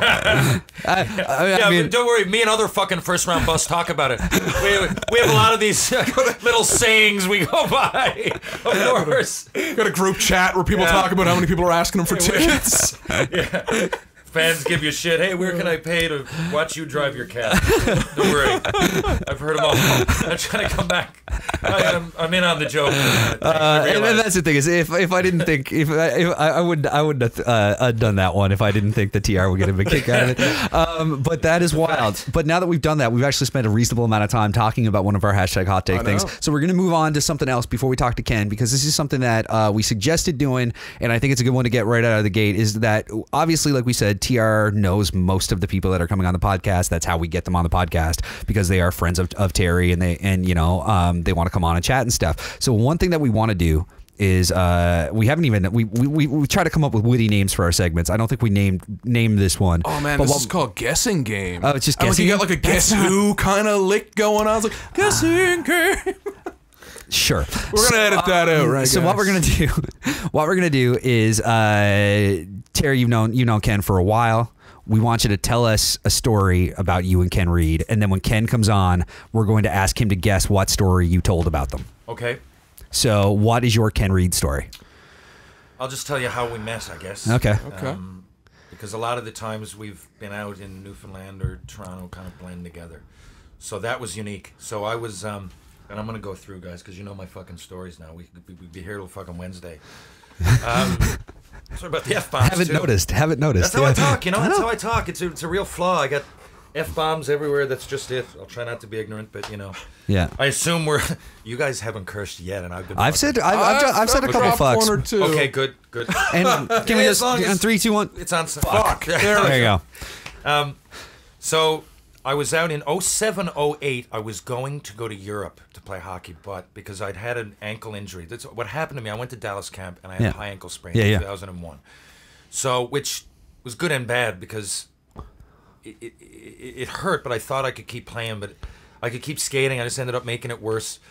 So then I had to, within a year, I had to sign retirement papers. Again, I wasn't going around. I couldn't walk, but I couldn't play at that level against those guys. All of a sudden, I'm a winger, and I turn one way like a 747 and the other way on a dime. So the way I turn like a 747, I'm getting lit up every fucking time. But, you know, a guy with concussions, it just didn't, and coming out of my own zone.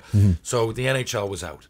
But 3 or 4 years had gone by. I was back here playing senior. I just went on a reality show and lost a bunch of weight. I went up to 260 at one point. I had a divorce.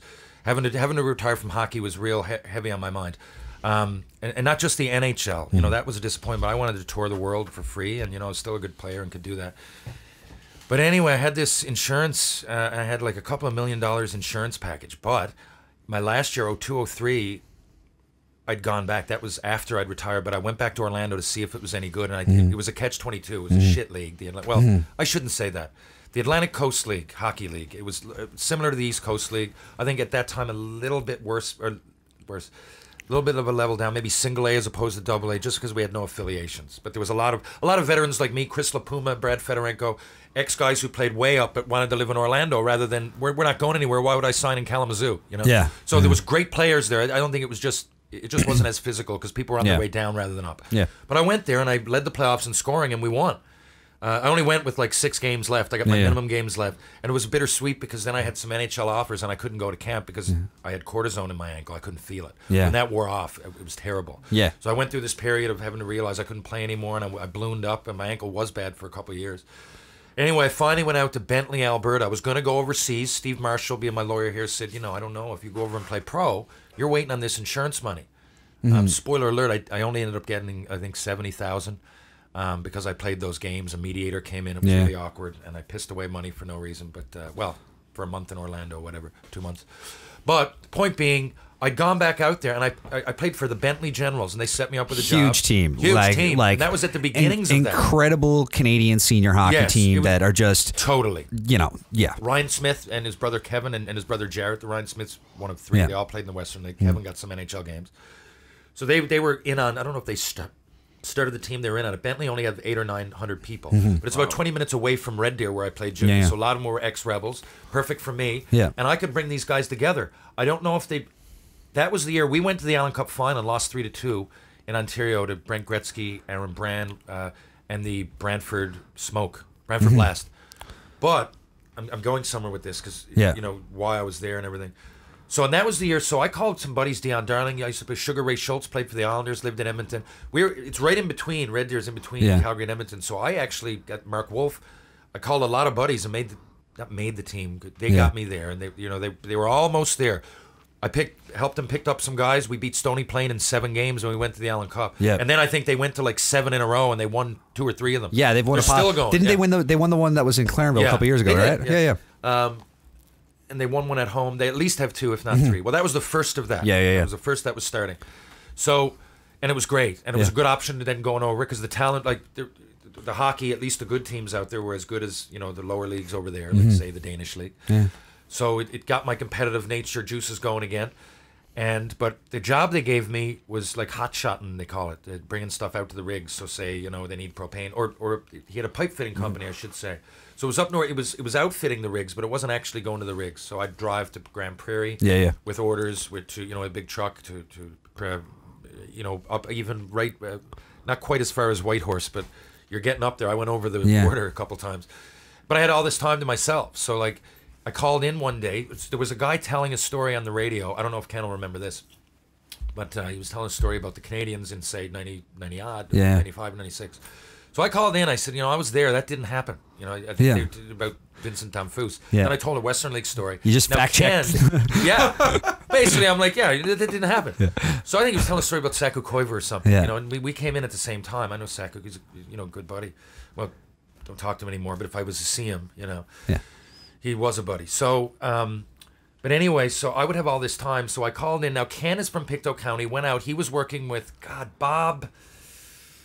Oh, God. He's the guy for the Oilers now. Anyway, he had a radio show. Bob Stauffer. He had a radio show in Edmonton. Wasn't affiliated with the Oilers. And Ken was his kind of assistant kind of guy. He would chime in here and there. I don't think he produced it. He was a sidekick, co-host, I guess you could say, but it was Bob's show. He was the Charles Pickett. He was. No, I think even lesser. Like Ken. He's getting much lesser than Charles Pickett. Me and Charles are kind of on the same level. This was Bob's show. It was like a Bob Stauffer show. Yeah. Right. This is Third Man In, and we're all here. Like there might be a week I'm not here. Who knows? Like I prefer to be on a team. Yeah. But with Ken, there might be an episode Ken wasn't on. I don't really remember the setup. Yeah. But he was there. He was fucking Batman's Robin. So, I don't know how Ken had heard about me. Maybe it was through Colin White, who played with Sheldon Surrey. He's from Pictou. Yeah. But stories had started to get out there before my book. Your legend does, in fact, precede you. It certainly did in that area, right? Because I played there in junior 10 years before. Yeah. So, and I go back. I mean, my wife is from there. I got roots. So, anyway, I started calling in, and Ken, we had a great chat, just like this on the radio for maybe 2 hours. They let it go. It was maybe like 9 o'clock at night. It was pitch black. I was driving north, and Ken said, "Why don't you come on every Tuesday and we'll do Terry's Tales?" So and it actually helped me write my book. The next season, I was still out there, and I was play senior hockey every Thursday. I'm Red Deer. I would drive an hour to Calgary, hour and a half. Then I'd get on a fly to Toronto. Then I'd fly to Halifax. Then Deer Lake, get off the plane, play for the Corner Brook Royals for the weekend. On Monday, get back on the flight and go all. Wow. So I would write down the stories in perfection. Like I said, I had a journal. I had a skeleton because I had them all. But then I would pick ones to tell Ken.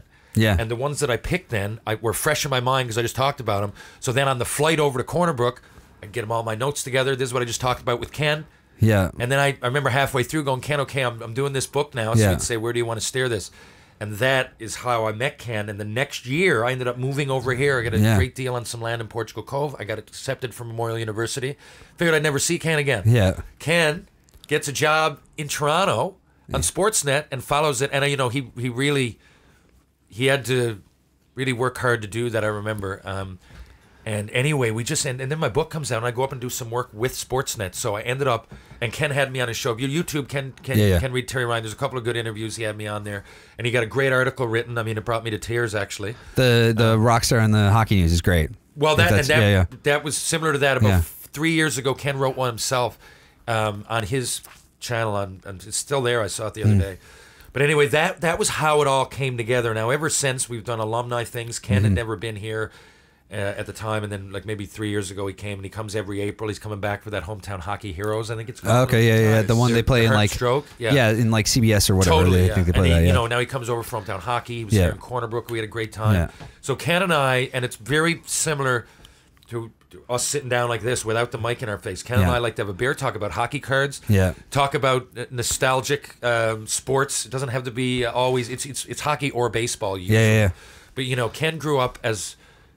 And again, I was a fan. I was a big fan. I know every hockey player says that, but I like the writers as much as like Herb Zukowski. Well, Red Fisher, who ended up being a bit of a dick to me, but I read the story in the book. But I really looked up to him and enjoyed his writing, and I was a Habs follower. So like my first day there, I was just as happy to meet Red Fisher as I was to Mark Recchi. And Ken kind of grew into that kind of. Me and Ken have similar tastes, so. As we started working together in the media, I guess we became closer. Cool. All right. Well, we're going to take a brief pause here, and when we come right back, we will have Ken Reid with us to see if he guesses that's the same story. That's the tale. And I want him to see if he goes off and talks about Orlando and everything too. So we'll see. But we'll be back in a minute with Ken Reid.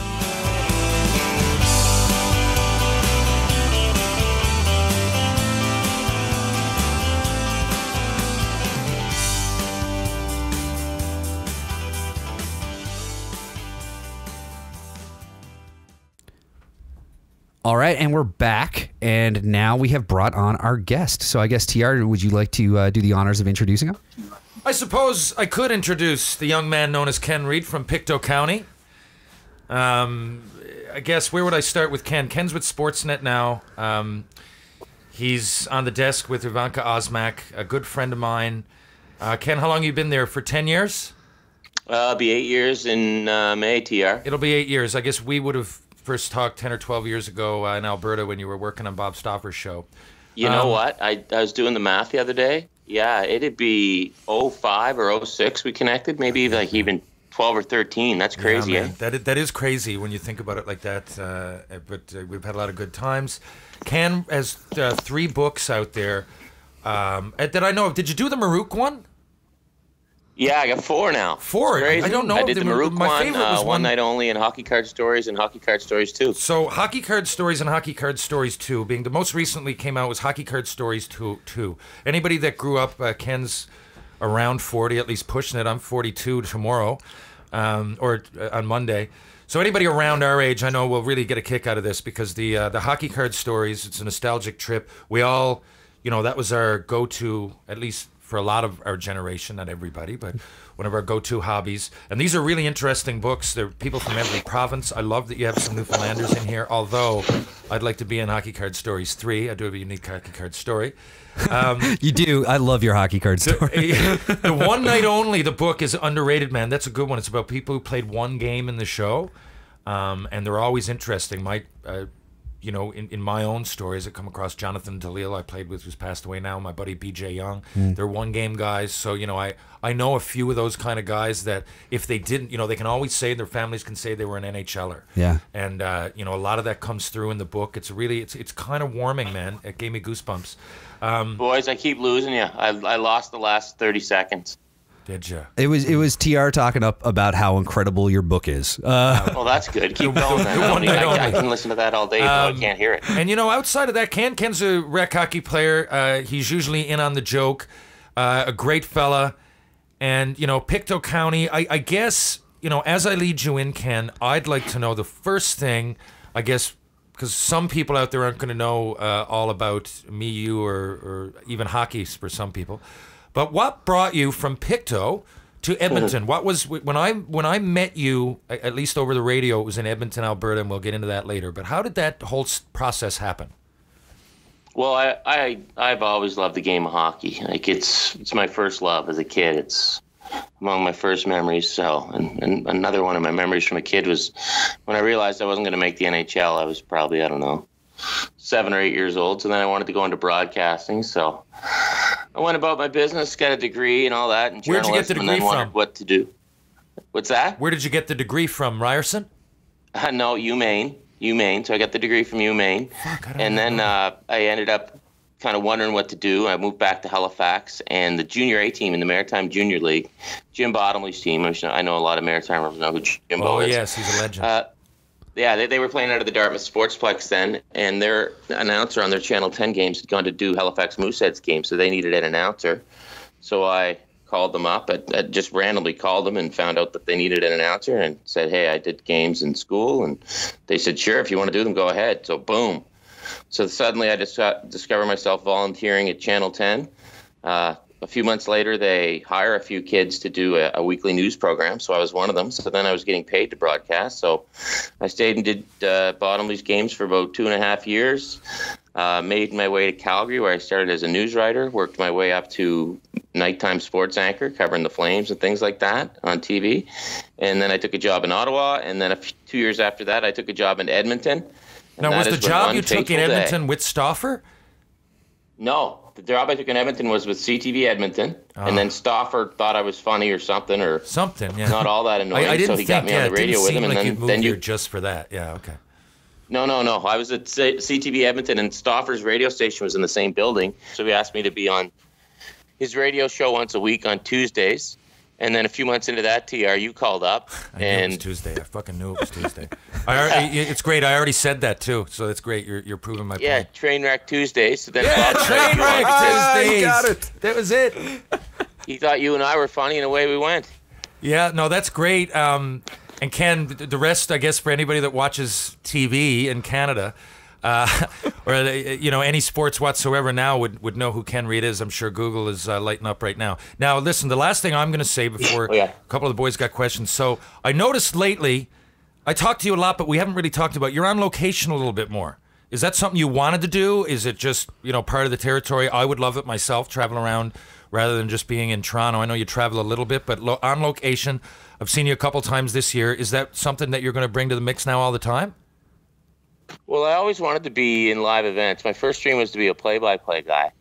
But, I worked my way into the anchor chair, and I enjoy it. I think they enjoy having me there. But I did get to fill in as rinkside reporter on Hockey Day in Canada in Chicago this year, and for a hockey night game in Ottawa at the end of December. And I think they were just a little short-staffed, so I got the tap, kind of like being called up, from the St. John's Maple Leafs back in the day, or the Fredericton Canadiens. Good reference. Attaboy. So I got the call, and I was honored to fill it out. It was awesome. There's nothing quite like being at the game.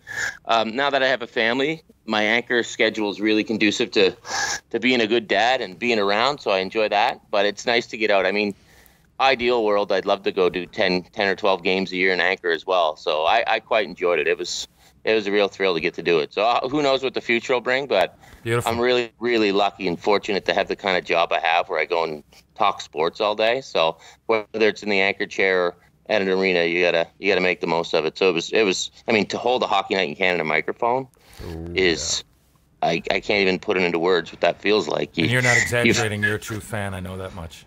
Yeah, TR. Maybe it's. I know you and I've talked, and maybe it was like that first time you were skating around warm up for the Montreal Canadiens. For me, you had to remind yourself, okay, this is like a thrill of a lifetime, and I've always dreamed of this. But you have to remind yourself, I'm here for a reason, because someone thinks I'm capable of doing this. So you're right, and I reminded myself of that. And I've always said that, Ken. And away we went. For me, I could blend in on a team. You got the camera on you. I think if I had jitters, it'd be worse in your position. I know now you're used to it, but that must have been quite a thrill, at first. But also to do Hockey Night in Canada was awesome. Oh yeah, man. Yeah, but you know what? It's like what you said. You're part of a team. So when I did the game in Chicago, I'm there with Rick Ball and Greg Millen, and then there's good point. Producers behind the scenes, Jeff Giordad, who's basically taking my hand as a rookie and taking me through it, and there's the Chiron guys, the research guys, the camera guys. So you're part of a team there too. I mean, in TV, it's when you're on camera on TV, it's kind of like you're the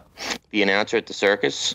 There's all kinds of stuff going around you, and if it wasn't for the people taming the lions and putting up the tent, no one would listen to the ringleader, right? So you're just part of a team as well. Oh, good answer. Great answer. Chuck, you got a question for Ken? I know you got one or two. I've got a couple brewing here for Ken.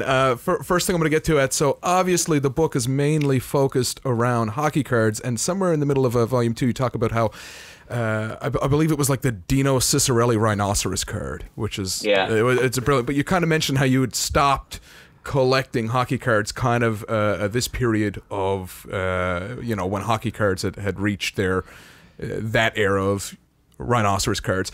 What is it like now compared to? So I've had the same thing kind of happen to me. Like everyone in Canada remembers who they bought their hockey cards off of. The guy that used to sell our little card case was named Trevor Dove. And how old are you, Chuck? To put it in context. To put it in context, I was born in '89. Okay. So when I kind of fell out of the hockey card fandom, it's like at the turn of the millennium where 2000s, 2001s kind of came out. There's so many different companies making them, and now I mean, I wouldn't know, besides Tim Hortons in November, I wouldn't know where to get a pack of hockey cards or who's in, what's what in the hockey card world. And is that something that you kind of still are in, like your hockey card knowledge is just time period of when these books are based? Yeah, I'm more of I guess if you were going to call me an expert, I'd be an expert of, 1980s cards, early 90s cards. The Tim Hortons thing is genius because, Chuck, you kind of said it. You got out of it. It was confusing. There was a lot of manufacturers. Now, the only company that makes NHL cards now is Upper Deck. They have an exclusive deal with them. The best thing I think Upper Deck has done in a long time is partner with Tim Hortons because it's a pack for $1. So when I was a kid, it was a quarter. Mm-hmm. TR, when you were a kid, it was probably a quarter or 35 cents. Yeah. Then it went up to $1, and then it got crazy. So the hockey card hobby where it is right now, it's kind of similar to where it was before everybody freaked out around 1990. Yeah. Because it's simple again. There's one company that makes the cards. Back in the day, it was just O-Pee-Chee. Now it's just Upper Deck. Yeah. Upper Deck does a wicked job of they kind of have to serve everyone, right? So they serve the average collector, which is what they do with the Tim Hortons thing. You get cards for $1. So you see kids going around now with hockey cards at schools, which is awesome. Yeah. It brings me back to when I was a kid. Yeah, you're right, Ken. That's right. That's true. For a long time, that didn't happen. But you also have the high-end cards. There's a series called the Cup, and the packs can go for anywhere from $500 to $600. Now, a kid's not going to buy those. No. But a high-end collector will be served by those. So Upper Deck's done a great job of doing that. So the hobby now, it's kind of a hybrid of what it was during the insanity period and what it was when I was just an innocent kid in the 1980s. But my favorite thing is the Tim Hortons program because you're literally like you're given the birth of a hockey card hobby to kids, and for a while that was lost, I think, on us. It became just an adult business, but now they're back in the hands of the kids, and I think that's just fantastic. So it's kind of getting back to where it was with a bit of an asterisk because you're also serving the high-end dealers with different packs as well.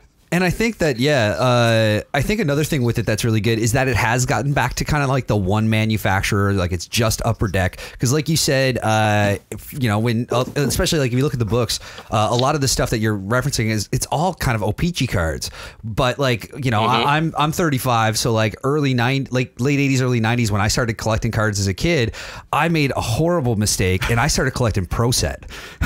You weren't alone because Pro Set was so readily available. It was everywhere. And they were good looking cards, like they that first series of Pro Sets, like they looked cool. They were colorful, so as a kid it was like kind of the go-to.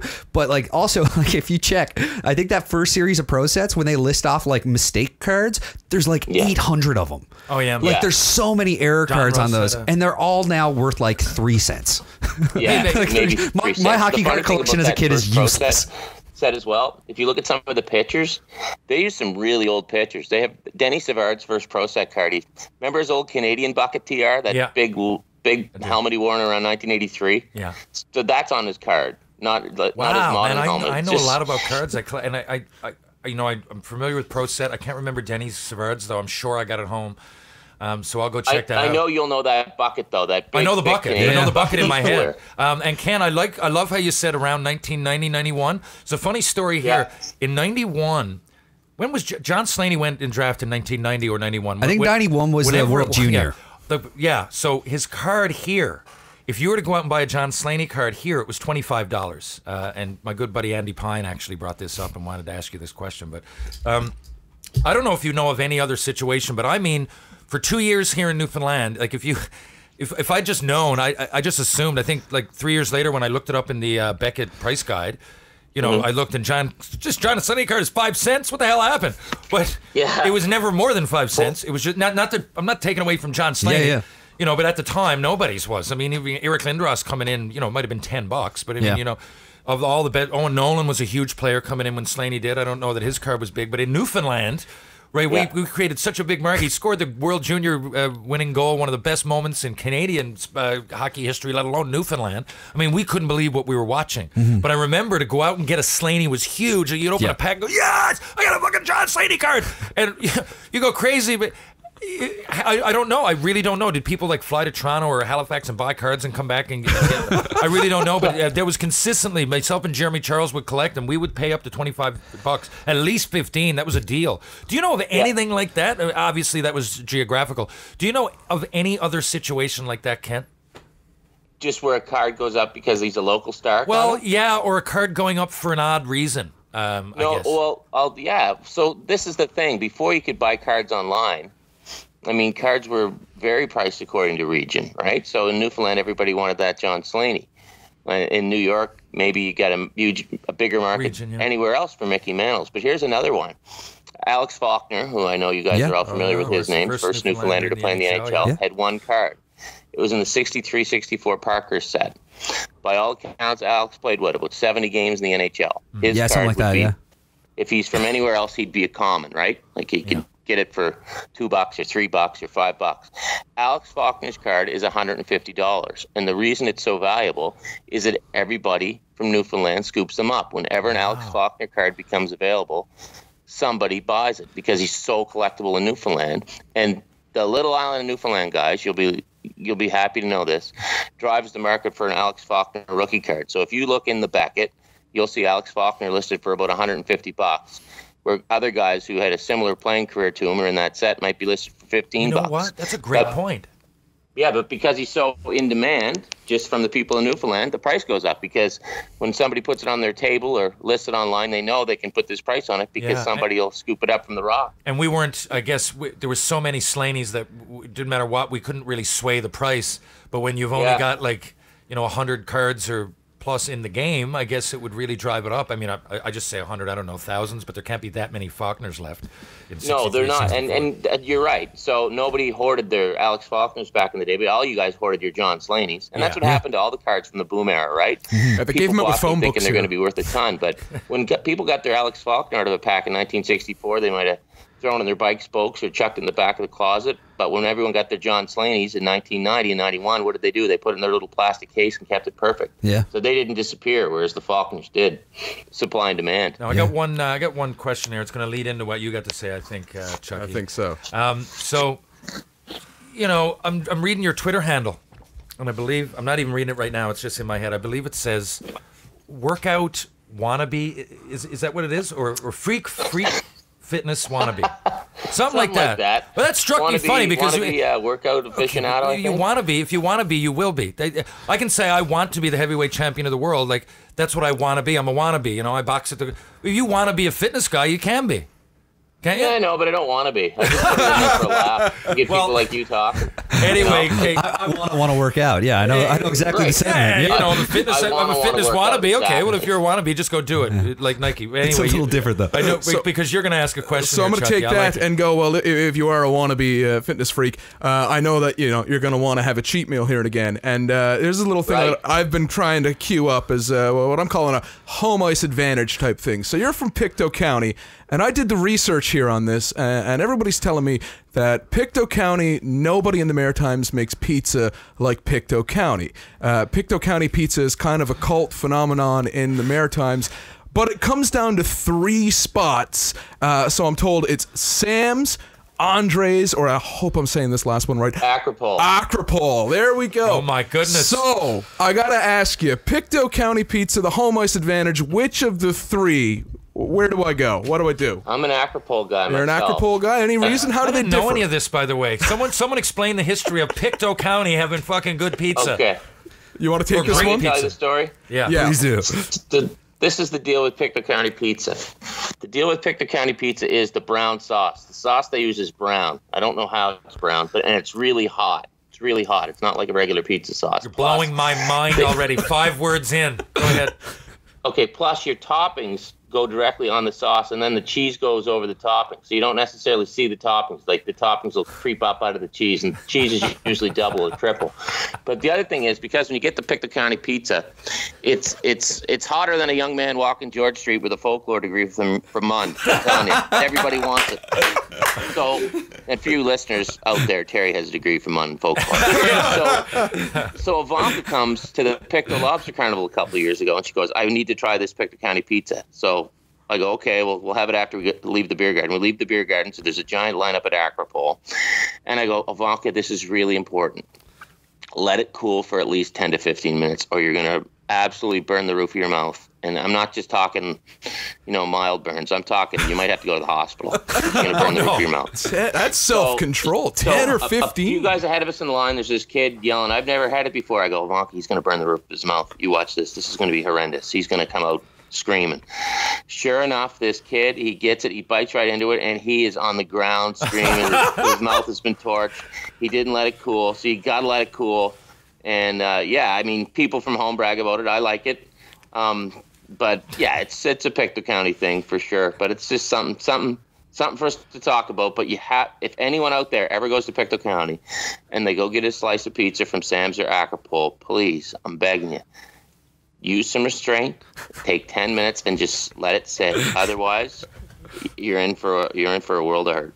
How did I not know this? This is the first time I got that tip. That's the first time I got that tip. So you've saved the roof of my mouth somewhere down the line. Oh, dude, you'll torch the roof of your mouth. It'll be like watching Terry Ryan Sr. skate around for the Minnesota Fighting Saints in 1972, just torching everybody shorthanded style. Nice. Leading shorthanded goal. He did. Man, you and Ron McLean, that memory on you like an elephant. An elephant has a good memory, right? That's it is. An elephant never forgets. Ron's memory is just completely off the Isn't charts. that crazy, He's the smartest Ken? man. He is the smartest man, TR, I've ever met. I think so. Like, Guys, sometimes I walk away to the conversation Ron, feeling but bad. he retains everything. Yeah, he does. He remembers names, and that's the biggest thing to me, because I'm awful at it, and I'll have a great conversation with someone, and I'm not paying attention to what their name is, and they'll see me like 3 years later, and I barely remember their face.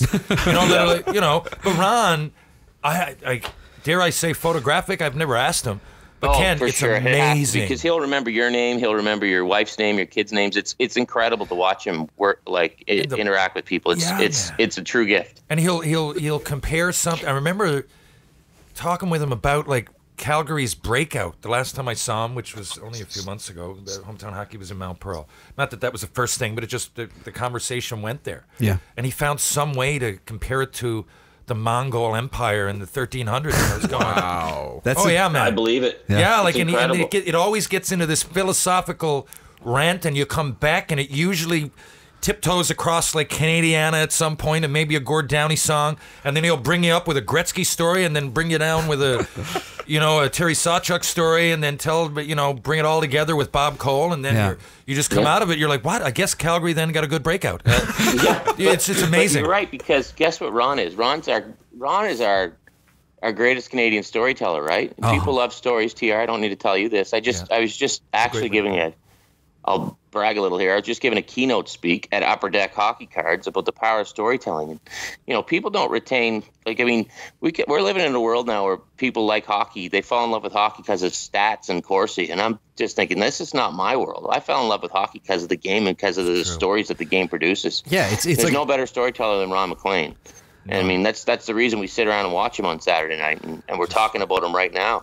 It's stories, and I just think that's the backbone of the game is the stories that they give us. It's true. I think that there's especially a lot of the older stuff in hockey. There's such a romance to the anecdotal nature of the lore and legend of hockey, and it is kind of such a big part of it. And speaking of stories, just before we gave you a call, we were doing the first part of our show, and we're setting up something that, because we do have Terry here, and he knows all the guests so well, and he has such a great history with all of them, we're playing a guessing game. So before we called you, we asked Terry to tell us his best Ken Reid story, and now you have to guess what story Terry told about you guys together.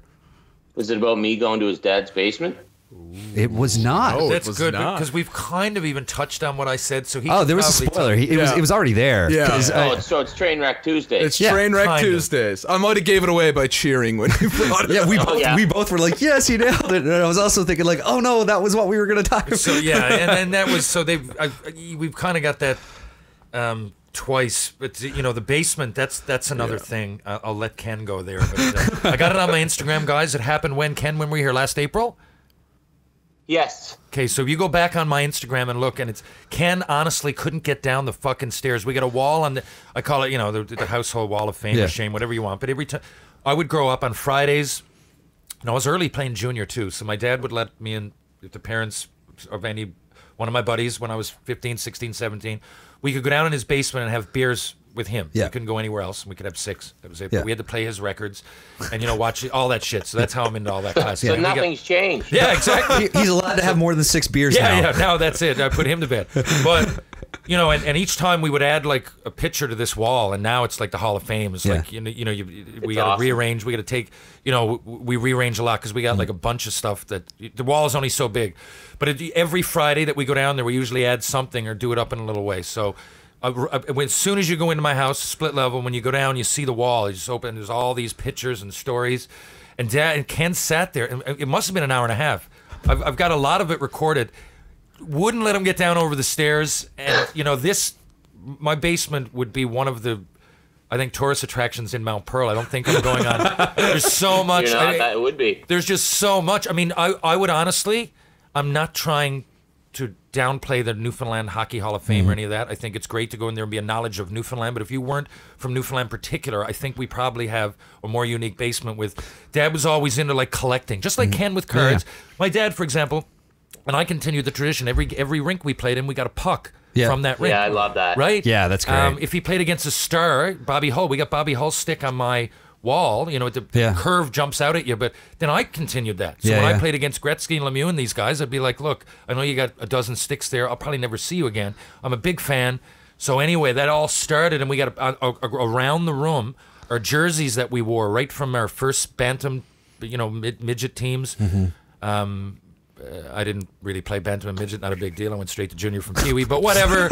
Around it was all our jerseys, and if nothing, we were suitcases, right? So I got everywhere from Colorado to Tri-City to Orlando, Utah, all around and in amongst all that, we're huge music fans. And Ken has got a decent mind for music too. So when he came to my dad's basement, anyway, it created for a lot of stories, first of all, but positive hockey talk. Now, Ken, I don't know what your take was on that day, but, I think it was pretty much the same, no? Oh, it was awesome. My first take is I've never been so comfortable speaking to a man who was wearing his bathrobe. And his pants up to his nipples. Senior had his green bathrobe on the whole time. It was like, honest to God, Terry, it was like when you and I met, we just kind of hit it off, and your dad was the same. It was just a blast, and we ended up watching fight tapes, and just your dad gets so into it and yelling at the screen. It was awesome, buddy. And he was just, I loved the puck bucket. I loved the Gretzky stick, the Hull stick. It was awesome. It was just, and it was 3 guys sitting around telling stories. There was no video games. There was no apps. It was just great. It was awesome, buddy. And I'm coming back again this April. That you say that. I never think about it. I mean, I say I talk a lot, but I talk a lot normally because I'm telling stories, and I'm in a situation that people ask me a question. It would be weird if I just walked into the grocery store and started talking about my first game in the NHL, right? But a lot of time you put yourself in that position, and the more you do, I guess, the more you feed off it. And so collecting, that I think if you're a collector, you automatically like stories, right? Ken's collecting cards. There's no different than my dad collecting those pucks. Yeah. So we're collecting stories, like I said. Yeah. So a lot of people in Mount Pearl have been to my basement, I guess, and it's enthralling to them if they're into that. A lot of people probably wouldn't be, but if you're a collector of anything, I think history, stories, you tend to come together in those kind of groups. Those tend to be your friends or whatever. So when Ken got to, it was one of the best times that we've had, and it was middle of the day. Usually, it's a place we go to drink, but Ken was here raising money for the Heart and Stroke Foundation, which is fantastic. So, and we might have had a beer or two, but next time when you come back, I think we got the 3 of us split one. Yeah, was it? Yeah, the three of us split one just to say we had a beer together. Yeah. But Pretty good. you know, we went down to Green State, or no, where was it? Sundance that night, Club One, and I got up and I think I sang Johnny Be Good, whatever it was, and Ken was. Yeah, and you did the apartment song too. Oh, I did the apartment There you song. go. That might have been it because at the time Chuck Berry and Tom Petty had just passed away. Maybe. I'm putting our stories together, Ken. I don't really know. I think that's what happened. But in any case, we always have a good time. Sounds right. I'm looking forward to you coming back. But you're right. I mean, the reason people hang on to old pieces of memorabilia is usually in its purest form. I mean, there's people that obviously are into it for monetary reasons, but the reason you hang on to something from when you were a kid is usually you were proud of what happened and it links you to a thing, or to a moment. So when I was a kid, my cards linked me to the far-off world of the NHL, right? Because growing up in Pictou, the nearest places were Boston and Montreal, 12 hours away. Mm-hmm. So those cards linked me to the game. And now as an adult, the cards link me to my childhood and the game. So in my book, Hockey Card Stories, you guys are exactly right. These little pieces of cards, to me, they're more than pieces of cardboard. They're stories. So I call up the guys and get their stories of the game from them, and it's just another way to tell stories. And when you go into your dad's basement, TR, you say, hey, what's up with that stick? And boom, away your dad goes, right? And then you just start talking about Bobby Hull, and you just swap stories and have a great time. No, it's so true. I mean, everything, like you said, it's all that stuff just brings the stories and brings you back to the place that you were, and you remember all those things. And Charles here actually has a list that he wants you to go through with him, because in his parents' basement, there's also a bunch of hockey collectibles. Oh, yeah. Really glad you guys brought up parents' basement, because is that where you're currently living, Charles? No, I'm not. And I tell you, it's because that's He's where from Labrador. It's currently where my hockey hoarding past is living, and my folks are gearing up to move out of that house. So they want to throw everything away. Yeah, once a week I get a mysterious phone call in which it's just so I'm queuing up a segment which I called "Chuck It or Save It, Chuck," and so once a week I get a phone call from my parents. They found something from my collecting past, and they want to know if they can chuck it out. So I'm going to bounce a few off you, and if you want to let me know to chuck it or save it, Chuck, my dad will be thrilled if you give Chuck it here. He might actually slip you a 5 or something. So up first, I'm going to queue up, sitting in my parents' basement right now, I have approximately 9 faded green copper medallions from the 2002 Salt Lake City Olympics that were a Coke promotional item, all of which have Mario Lemieux on them. Do I chuck it or save it, Chuck? Okay. You're not going to be rich, but this is the question, and I hope I don't kill your segment. What's it worth to you? You have the ultimate answer. Turn it right back on you, Chucky, baby. Oh, no. Right back. Yeah, it's your decision. If Mario fucking Lemieux, by the way. I would chuck mine. It's Mario Lemieux. That was 2002. Mario letting the puck go through his leg. The greatest assist that was ever an I love assist. that you said that. My favorite play from that whole fucking year. Hockey, sports, anything was letting that. One of the best plays he ever made. He didn't get a point on. Didn't get a point on the greatest assist without getting an assist. I'd keep that. All right, I'm keeping it. See, my Save thing, it, Chuck. my thing was that you chuck 8 of the 9 of them. Nah, they're set. They're all nine. I'm a hoarder. Boys, tell me when that puck was going across, right? Yeah. I don't know about you guys, but I was like, let it go. And he let it go. And we got that hockey sense watching it on TV, right? Mario He's in the Lemieux. moment. And he knew. Never let me down. It's Mario. Yeah. Mario never let me down watching that guy. His timing was impeccable. He did half of it with cancer, and that was metaphoric, man. Yeah. Because he was on that team, and a lot of people, I can't believe it, but remember he didn't play much around that time. A lot of people complained. Yeah. I couldn't fucking believe they were. But he was on there, and how does he prove himself? By making an unbelievable play, but getting absolutely no personal accolade for it, or no point for it. The whole, him being there helped. And that I thought that was symbolic of his presence on that team. Yeah. Ah, nice. See, now you just made it full circle. Yeah. That's awesome the way you made I'm that. bringing it all back. Weed's legal now. That's storytelling. So we're keeping all 9 of those, Charles. We're keeping all 9 of them. All right, number 2. Sealed safely in protective Ziploc bags in my parents' basement, I've got at least 4 Muppets dressed in Team North America or Team the World All-Star uniform. Chuck it. Chuck it? Oh, No. I'm saying I remember these. They were a McDonald's thing in the. I guess it was 90. It would have been the 96 All-Star game. 96. I had them. I ate an unhealthy amount of McDonald's as a 12-year-old to get them all. One of them animal. One of them is animal. One of them is animal. It's Kermit. Keep animal. It's Kermit, Animal, Miss Piggy, and Fozzie. Yeah, I don't have Fozzie. Never got Fozzie. But Fozzie, I got no time for. He's a hack. He is a hack. But Fuck Fozzie. I remember that was the year that Owen Nolan called a shot on Hasek, I think it was, right? Yeah, keep them all then. Keep them all. Okay. I'm saying chuck them over here. Like, I'm saying if you don't want them, I'll take them. I would happily have all those. I don't know what your options are going to be, but these sound like collectibles, and of the collectibles that I know, I would chuck them. I'm just saying. Okay. I'm saying fucking Muppets, man. You're comparing Marilyn Mew with the Muppets? I'm saying I'm with TR here. Chuck. Okay, my parents are gonna love you. All right. Number 3. This one gets me a lot of heat. This one, and I'm, it's probably already been shot. Are you gonna call it a dollar an action figure? I think that's where this is going. No. I've got an empty jar of 68 Yarmir Yager peanut butter that I used to keep pens and stuff in. Ooh. It's yeah. I'm keeping that. You're keeping it? Oh, it Absolutely. Might. Okay, all right. I think that's like Red Up Hockey Cardville. Yeah. It might have. But is that in your parents' basement, or do you have it now? No, that's still kicking around. I think they might have been chucking stuff. The way my folks work, though, they keep things that have no, like, my dad probably has 30 VCRs stacked, and oh yeah, he's probably got like every VCR from the Betamax era, and he's like, I'm gonna hold on to that. Are you giving your dad shit for hoarding when you're talking about fucking Muppets from the 90s? Is that what's going on? Can we take a step back here and maybe call your dad a hoarder? No, definitely not a hoarder. He's gonna. God, what's next? He's gonna I have 3 buttons me. from my pants in the '87 Summit series. Hang on, how do you know about the pants button? And the last one I've got, and these I was looking at like the last time I was back there. I've got like 20 of the McDonald's motion cards that you tilt one way and tilt the other, and like those old 90s holograms. You get a slap shot keep card. Them. There might be a Terry Ryan in there. I'm in one of those McDonald's ice series. Okay, and boys, I still don't fucking know. I don't know if it was my agent. I had Wayne Gretzky's agent, Mike Barnett, got me a good contract. Called him one time, having a problem anyway. He didn't even know what position I was, so it's not like I was personal with Mike a lot. But I don't know if he pulled that off. I don't know who did. I'm in a McDonald's set. I had no business being in there.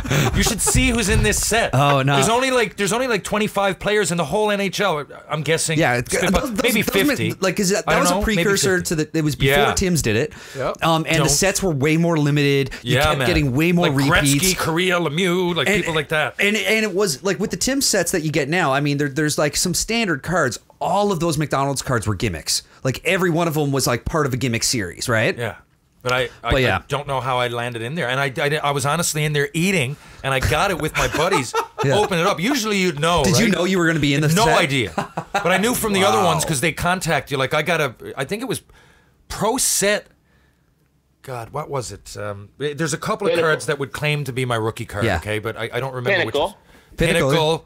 And they would send them to me, like each one give me like 100. Yeah. I think they were to sign at games, but I always felt like this might be my last game, so I kept most of them. I signed pictures, not that they're gone now, of course, because they did come in handy, right? I didn't fucking play that long, did I? So I did come in handy. But Ken, not that you asked, but I do have. If you do a third book, I want more press, more, me. No, but I do. One of those cards. Because you told me the story about the McDonald's card. I love it. You're eating a McDonald's, you open a pack, and it's your own freaking card. Yeah. And I had no idea that was happening, and it was like, it was pretty big, even though McDonald's is McDonald's. To have that was huge. Yeah. But surprised you almost spit up your 5th Big Mac you ate that day. Oh man, I went through the list. You got a great memory too, man. You're bordering. You're a young Ron. I went through. The boys put me on a bet, and I ate every single thing on the McDonald's menu one day. But that's why you don't hear that story a lot about a guy opening up a pack of McDonald's cards and finding himself, because usually pro hockey players stay the fuck away from McDonald's. Still, I know. It was still just. You know what I mean? It was one of those. You're in junior. I think I was 19 or 20, and I didn't have to really worry about. We all worked out. We skated every day. So I don't remember even worrying about what I ate till I was like 23. It was just one of those. Trained hard, but it didn't matter. It was just one of those calorie load rock days where he just has like tables of food. Yeah. It's not about sodium poisoning too. Yeah. But now that being said, I didn't eat McDonald's all the time. Yeah. Because it just didn't make me feel good. Just did the whole menu one day a year. Yeah. But I do have a card story. The best one is that. I remember I was in Montreal for most of the season, 96, 97. The guy coming down, I think it was, I can't remember what the card is. Is it Upper Deck? He came down. Upper Deck, yeah. I got my back. He said, I can't get a picture of you in a game. He said, you keep putting on your gear, and I wouldn't get one shift. Yeah. So there's one I got. I'm jumping over the boards because I'm on the bench. And there's another one, though. I'm in warm-up, and the shot is from behind me, like the Toporowski one in his book. Yeah. So you can't even really tell it's me. I guess it says Ryan on the major. And from the red line, it's in warm-up. There's hardly anybody in the building because I was out there first. And from the red line, Jose Theodore is shooting, and it looks like he's like really bearing down to put one off the crossbar. Yeah. From the red line, the goalie's shooting because the guy's like, I can never get you in any game action. So my big hockey card that year was from warm-up because there just was not much game time to go with. Like you said, like you might have dressed it. See, I love that you can remember that. That's wicked. Well, it was big because hockey cards were huge to me too. I still got a Gretzky and a Lemieux rookie. I collected a lot though at that age. Myself and Chef Jeremy Charles, we were at it every day though. I don't know if there was anybody bigger in Mount Pearl. I really don't. So that's why a lot of this stuff hits home. But for me, a hockey card was massive. Like I couldn't wait to get one. And then they all lumped in, right? I had like 30 because of the era. Back in the day, that was your stamp, right? Yeah. Like that was your tattoo. Didn't you tell me, Terry? I got my own hockey card. Terry, didn't you tell me you used to like carry around? It's in your book, right? You used to carry around and give out like business cards. Yeah, and after games in Montreal, when I was single and didn't have a girlfriend, I would go to the bar or the restaurant after, and I'd have it in my hand, and a girl would like say, "Oh, what do you do?" Or I would say, "What do you do, hon?" She'd say like, "Well, I'm a nurse or whatever at McGill," and I'd say, "Well, I'm, Montreal Canadiens." "Oh, not really." I said, "Yeah, I got a hockey card in my pocket if you want to see it." I said, my uncle was supposed to come with my nephew to the game, and they didn't get here. Anyway, this is a card of me playing for the Montreal Canadiens. Now, would you like to go grab a drink, hon?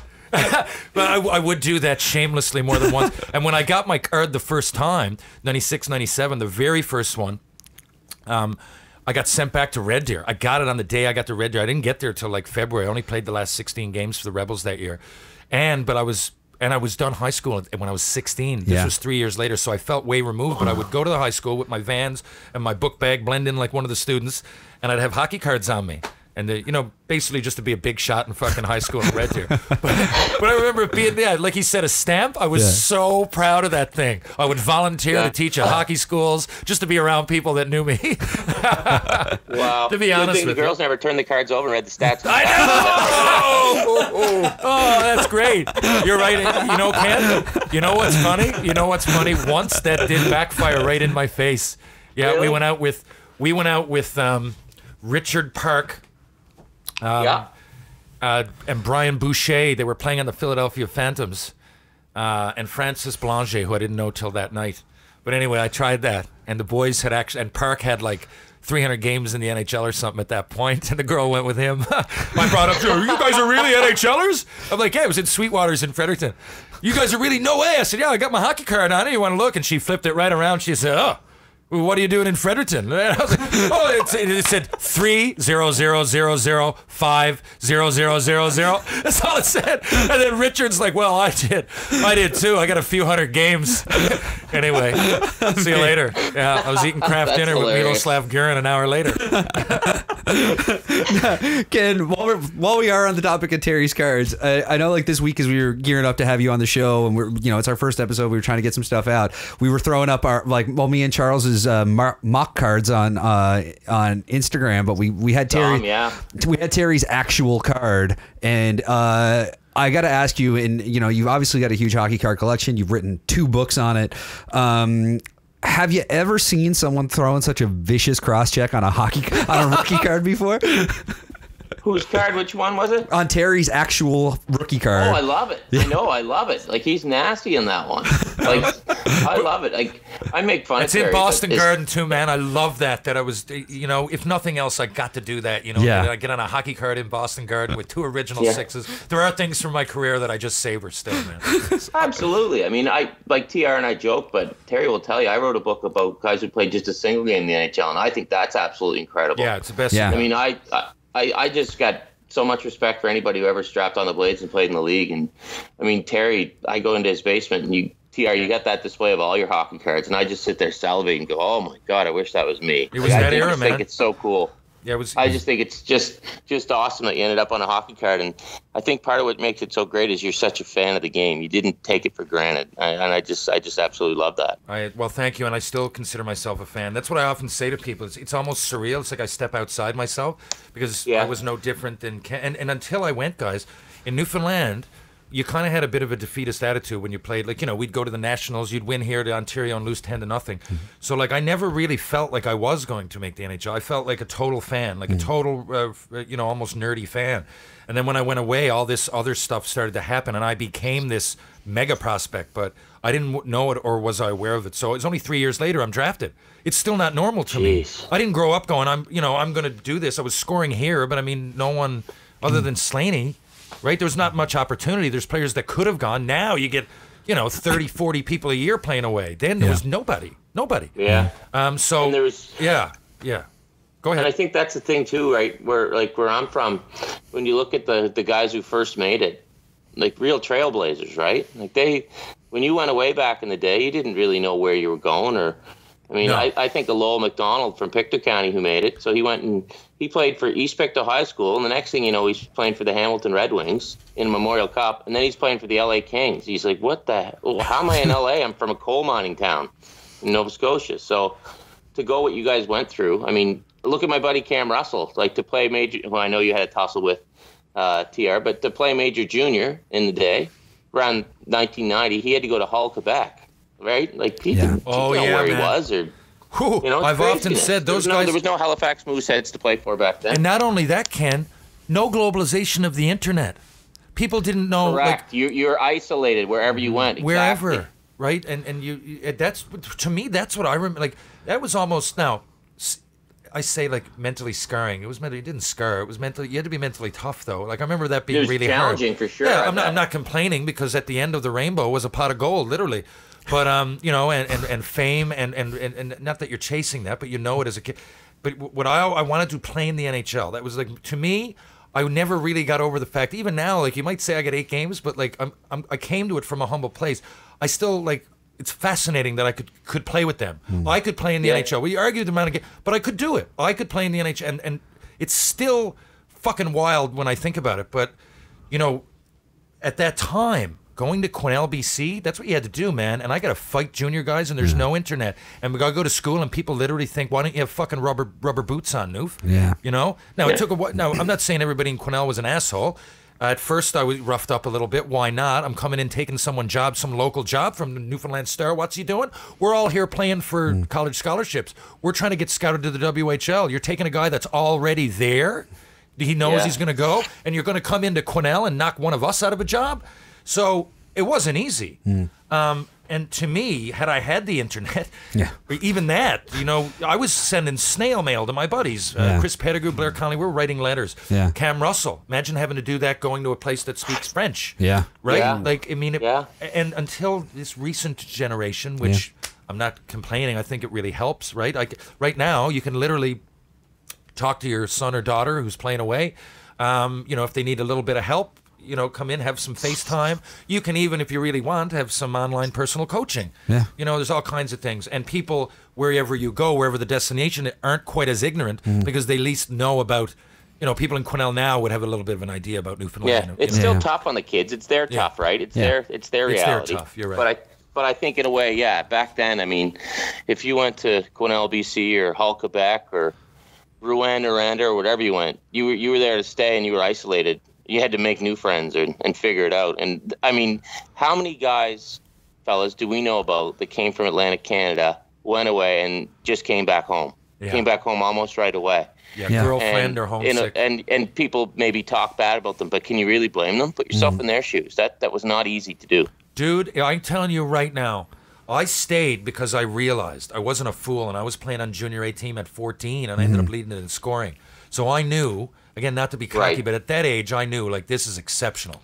If I was even borderline and I was fighting it, I would have been home the next flight. And your folks went with you too, didn't they? Yeah, the first year my folks went with me, just to kind of get me out there, and they had to live there in order for me to get drafted into the WHL. Yeah. My dad thought it was the best league. Tri-City asked me to go, but we can't take you unless you move here. You're owned by the Q, and by extension after that, the O. I was not allowed to get drafted out there unless they came. Okay. So hats off to them. Yeah, no, huge. That's incredible. People think they came so I wouldn't be homesick. Man, I was going to be homesick anyway. They came so I could technically go to the WHL. The next year, boom, they came home. I lived with Ryan Marchand and his parents. Yeah.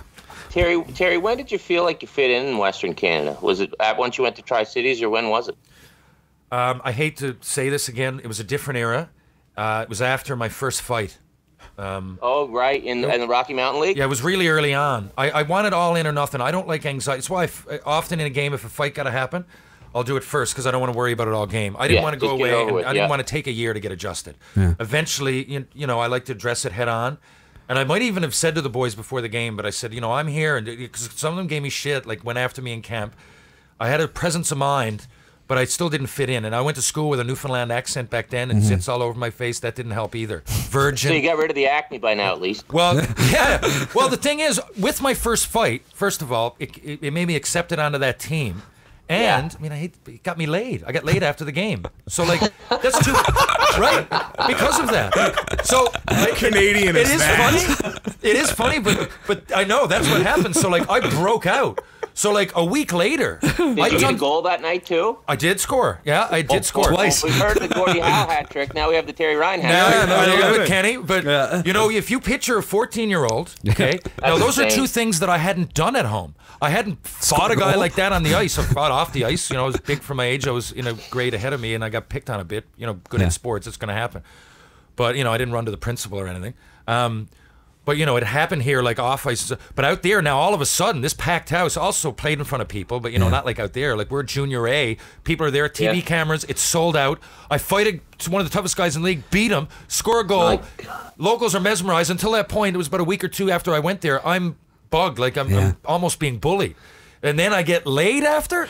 That, and I never did that here. So, all of a sudden now I'm rocking and rolling. And a few of the boys came into me and they're like, don't worry, we got your back. Once I gained those guys' respect, that was it. That's when I fit in, and I felt like a Westerner then. And then, by the time I went to the Western Hockey League, I was ahead of the Westerners. It was my third year junior. My 2 years Bantam, I played junior anyway, so I got prepared, whereas my roommate, BJ Young, who's an unreal talent, ended up making U.S. World Junior Team a few years later, but he had to adjust. Everybody else coming in had to adjust. I felt like, I'm from Western Canada. The last 2 years, I've been fighting guys. I got 25 fights in, boys. Have you ever thrown a hit?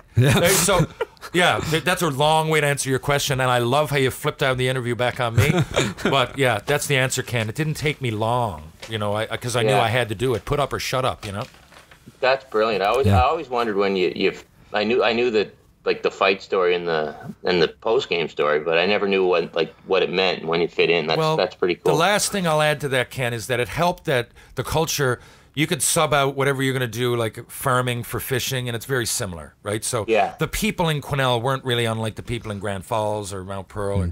So they, and Canada in general, but, I think it probably would have been a bit harder to go in the heart of Toronto, even though it's thriving at that time, because I didn't know the big city, nor did I want the big city. But it was still kind of like a smaller town. They identified, once they saw that I had balls and I wanted to be a teammate, and that was the way it was in Quesnel. If I went to Oxford University, it wouldn't be that way, would it? It'd be, what do you got to bring to the table knowledge-wise? But not that it's an idiot place, but at that time, playing junior hockey, that's what they wanted, and I gave it to them. I just think back to who I was as a kid playing Pee Wee, and then I cannot imagine, not on a hockey level, but just on a maturity level, of going from Pee Wee, because we had a party in our parents' living room after our final year of Pee Wee, and then going to junior. Seeing everything, Ken. And junior in a northern BC town, technically central, but they call northern. And, with everything, the boys had, there was joints, there was booze, there was women. And, like any junior team, not everybody. And it didn't happen at the rink, but it was impossible. And here's my dad that knows I got to fit in. So he went to Chris Spencer and Dave Standing and Ashley Fennell, the older guys on the team, and said, look, I I need you to take Terry to one of these parties. You really got to monitor him. I don't want him smoking dope. Have a beer or two, but like I need you guys. Like he needs to fit in, or he's gonna have to go home. And I remember that, and they had it been another team, guys, they might not have done that. Yeah, right. They might have said, "Go fuck yourself," but they didn't. We had good leaders, and Dad could sense that. That's another thing about having Senior as a father. He could sense that shit because he played. It wasn't just a random guy. I knew there was other people on the team, but he called these people. He's 3 weeks in. And that's it. That's I think maybe being an only child. That's why my team has always been like brothers to me. Yeah. That's cool. Ken, before you go, I got one question. Just a hot take here. Why are you in the Whitby Sports Hall of Fame? How? I'm not in it. I spoke at the Whitby Sports Hall of Fame. I was a guest speaker. I mean, I hope I'm in the Whitby Sports Hall of Fame one day. I've never lived there, but I'd like to think I'm pretty huge in Whitby. So you're saying you've been in the Whitby Sports Hall of Fame, but you're just not I in. actually have been in the Whitby Sports Hall of Fame. It's at the Iroquois Athletic Park. I was just there last November playing in a charity hockey tournament. So I've walked through the Whitby Sports Hall of Fame, but I was their guest speaker. You Googled me, didn't you, Terry? Well, I know a lot about you, but I did Google this. I said, after that Twitter handle, I said, wannabe sport or fitness freak. I didn't know that. So I said, I'll look at some other stuff. And Whitby Sports Hall of Fame came up. Most stuff we can talk about, but the thing is, I think everybody would have predicted that. I was. Yeah, look, I've been in a dressing room with you. You've seen me get changed into hockey gear. Where are we going now? I'm an athletic specimen. Yeah. I'm just relieved I didn't ask someone from Whitby to explain Pictou County Pizza, because boy, I wouldn't have got out of that one. No, you'd have been done. Yeah, I wouldn't be able to drive through the place.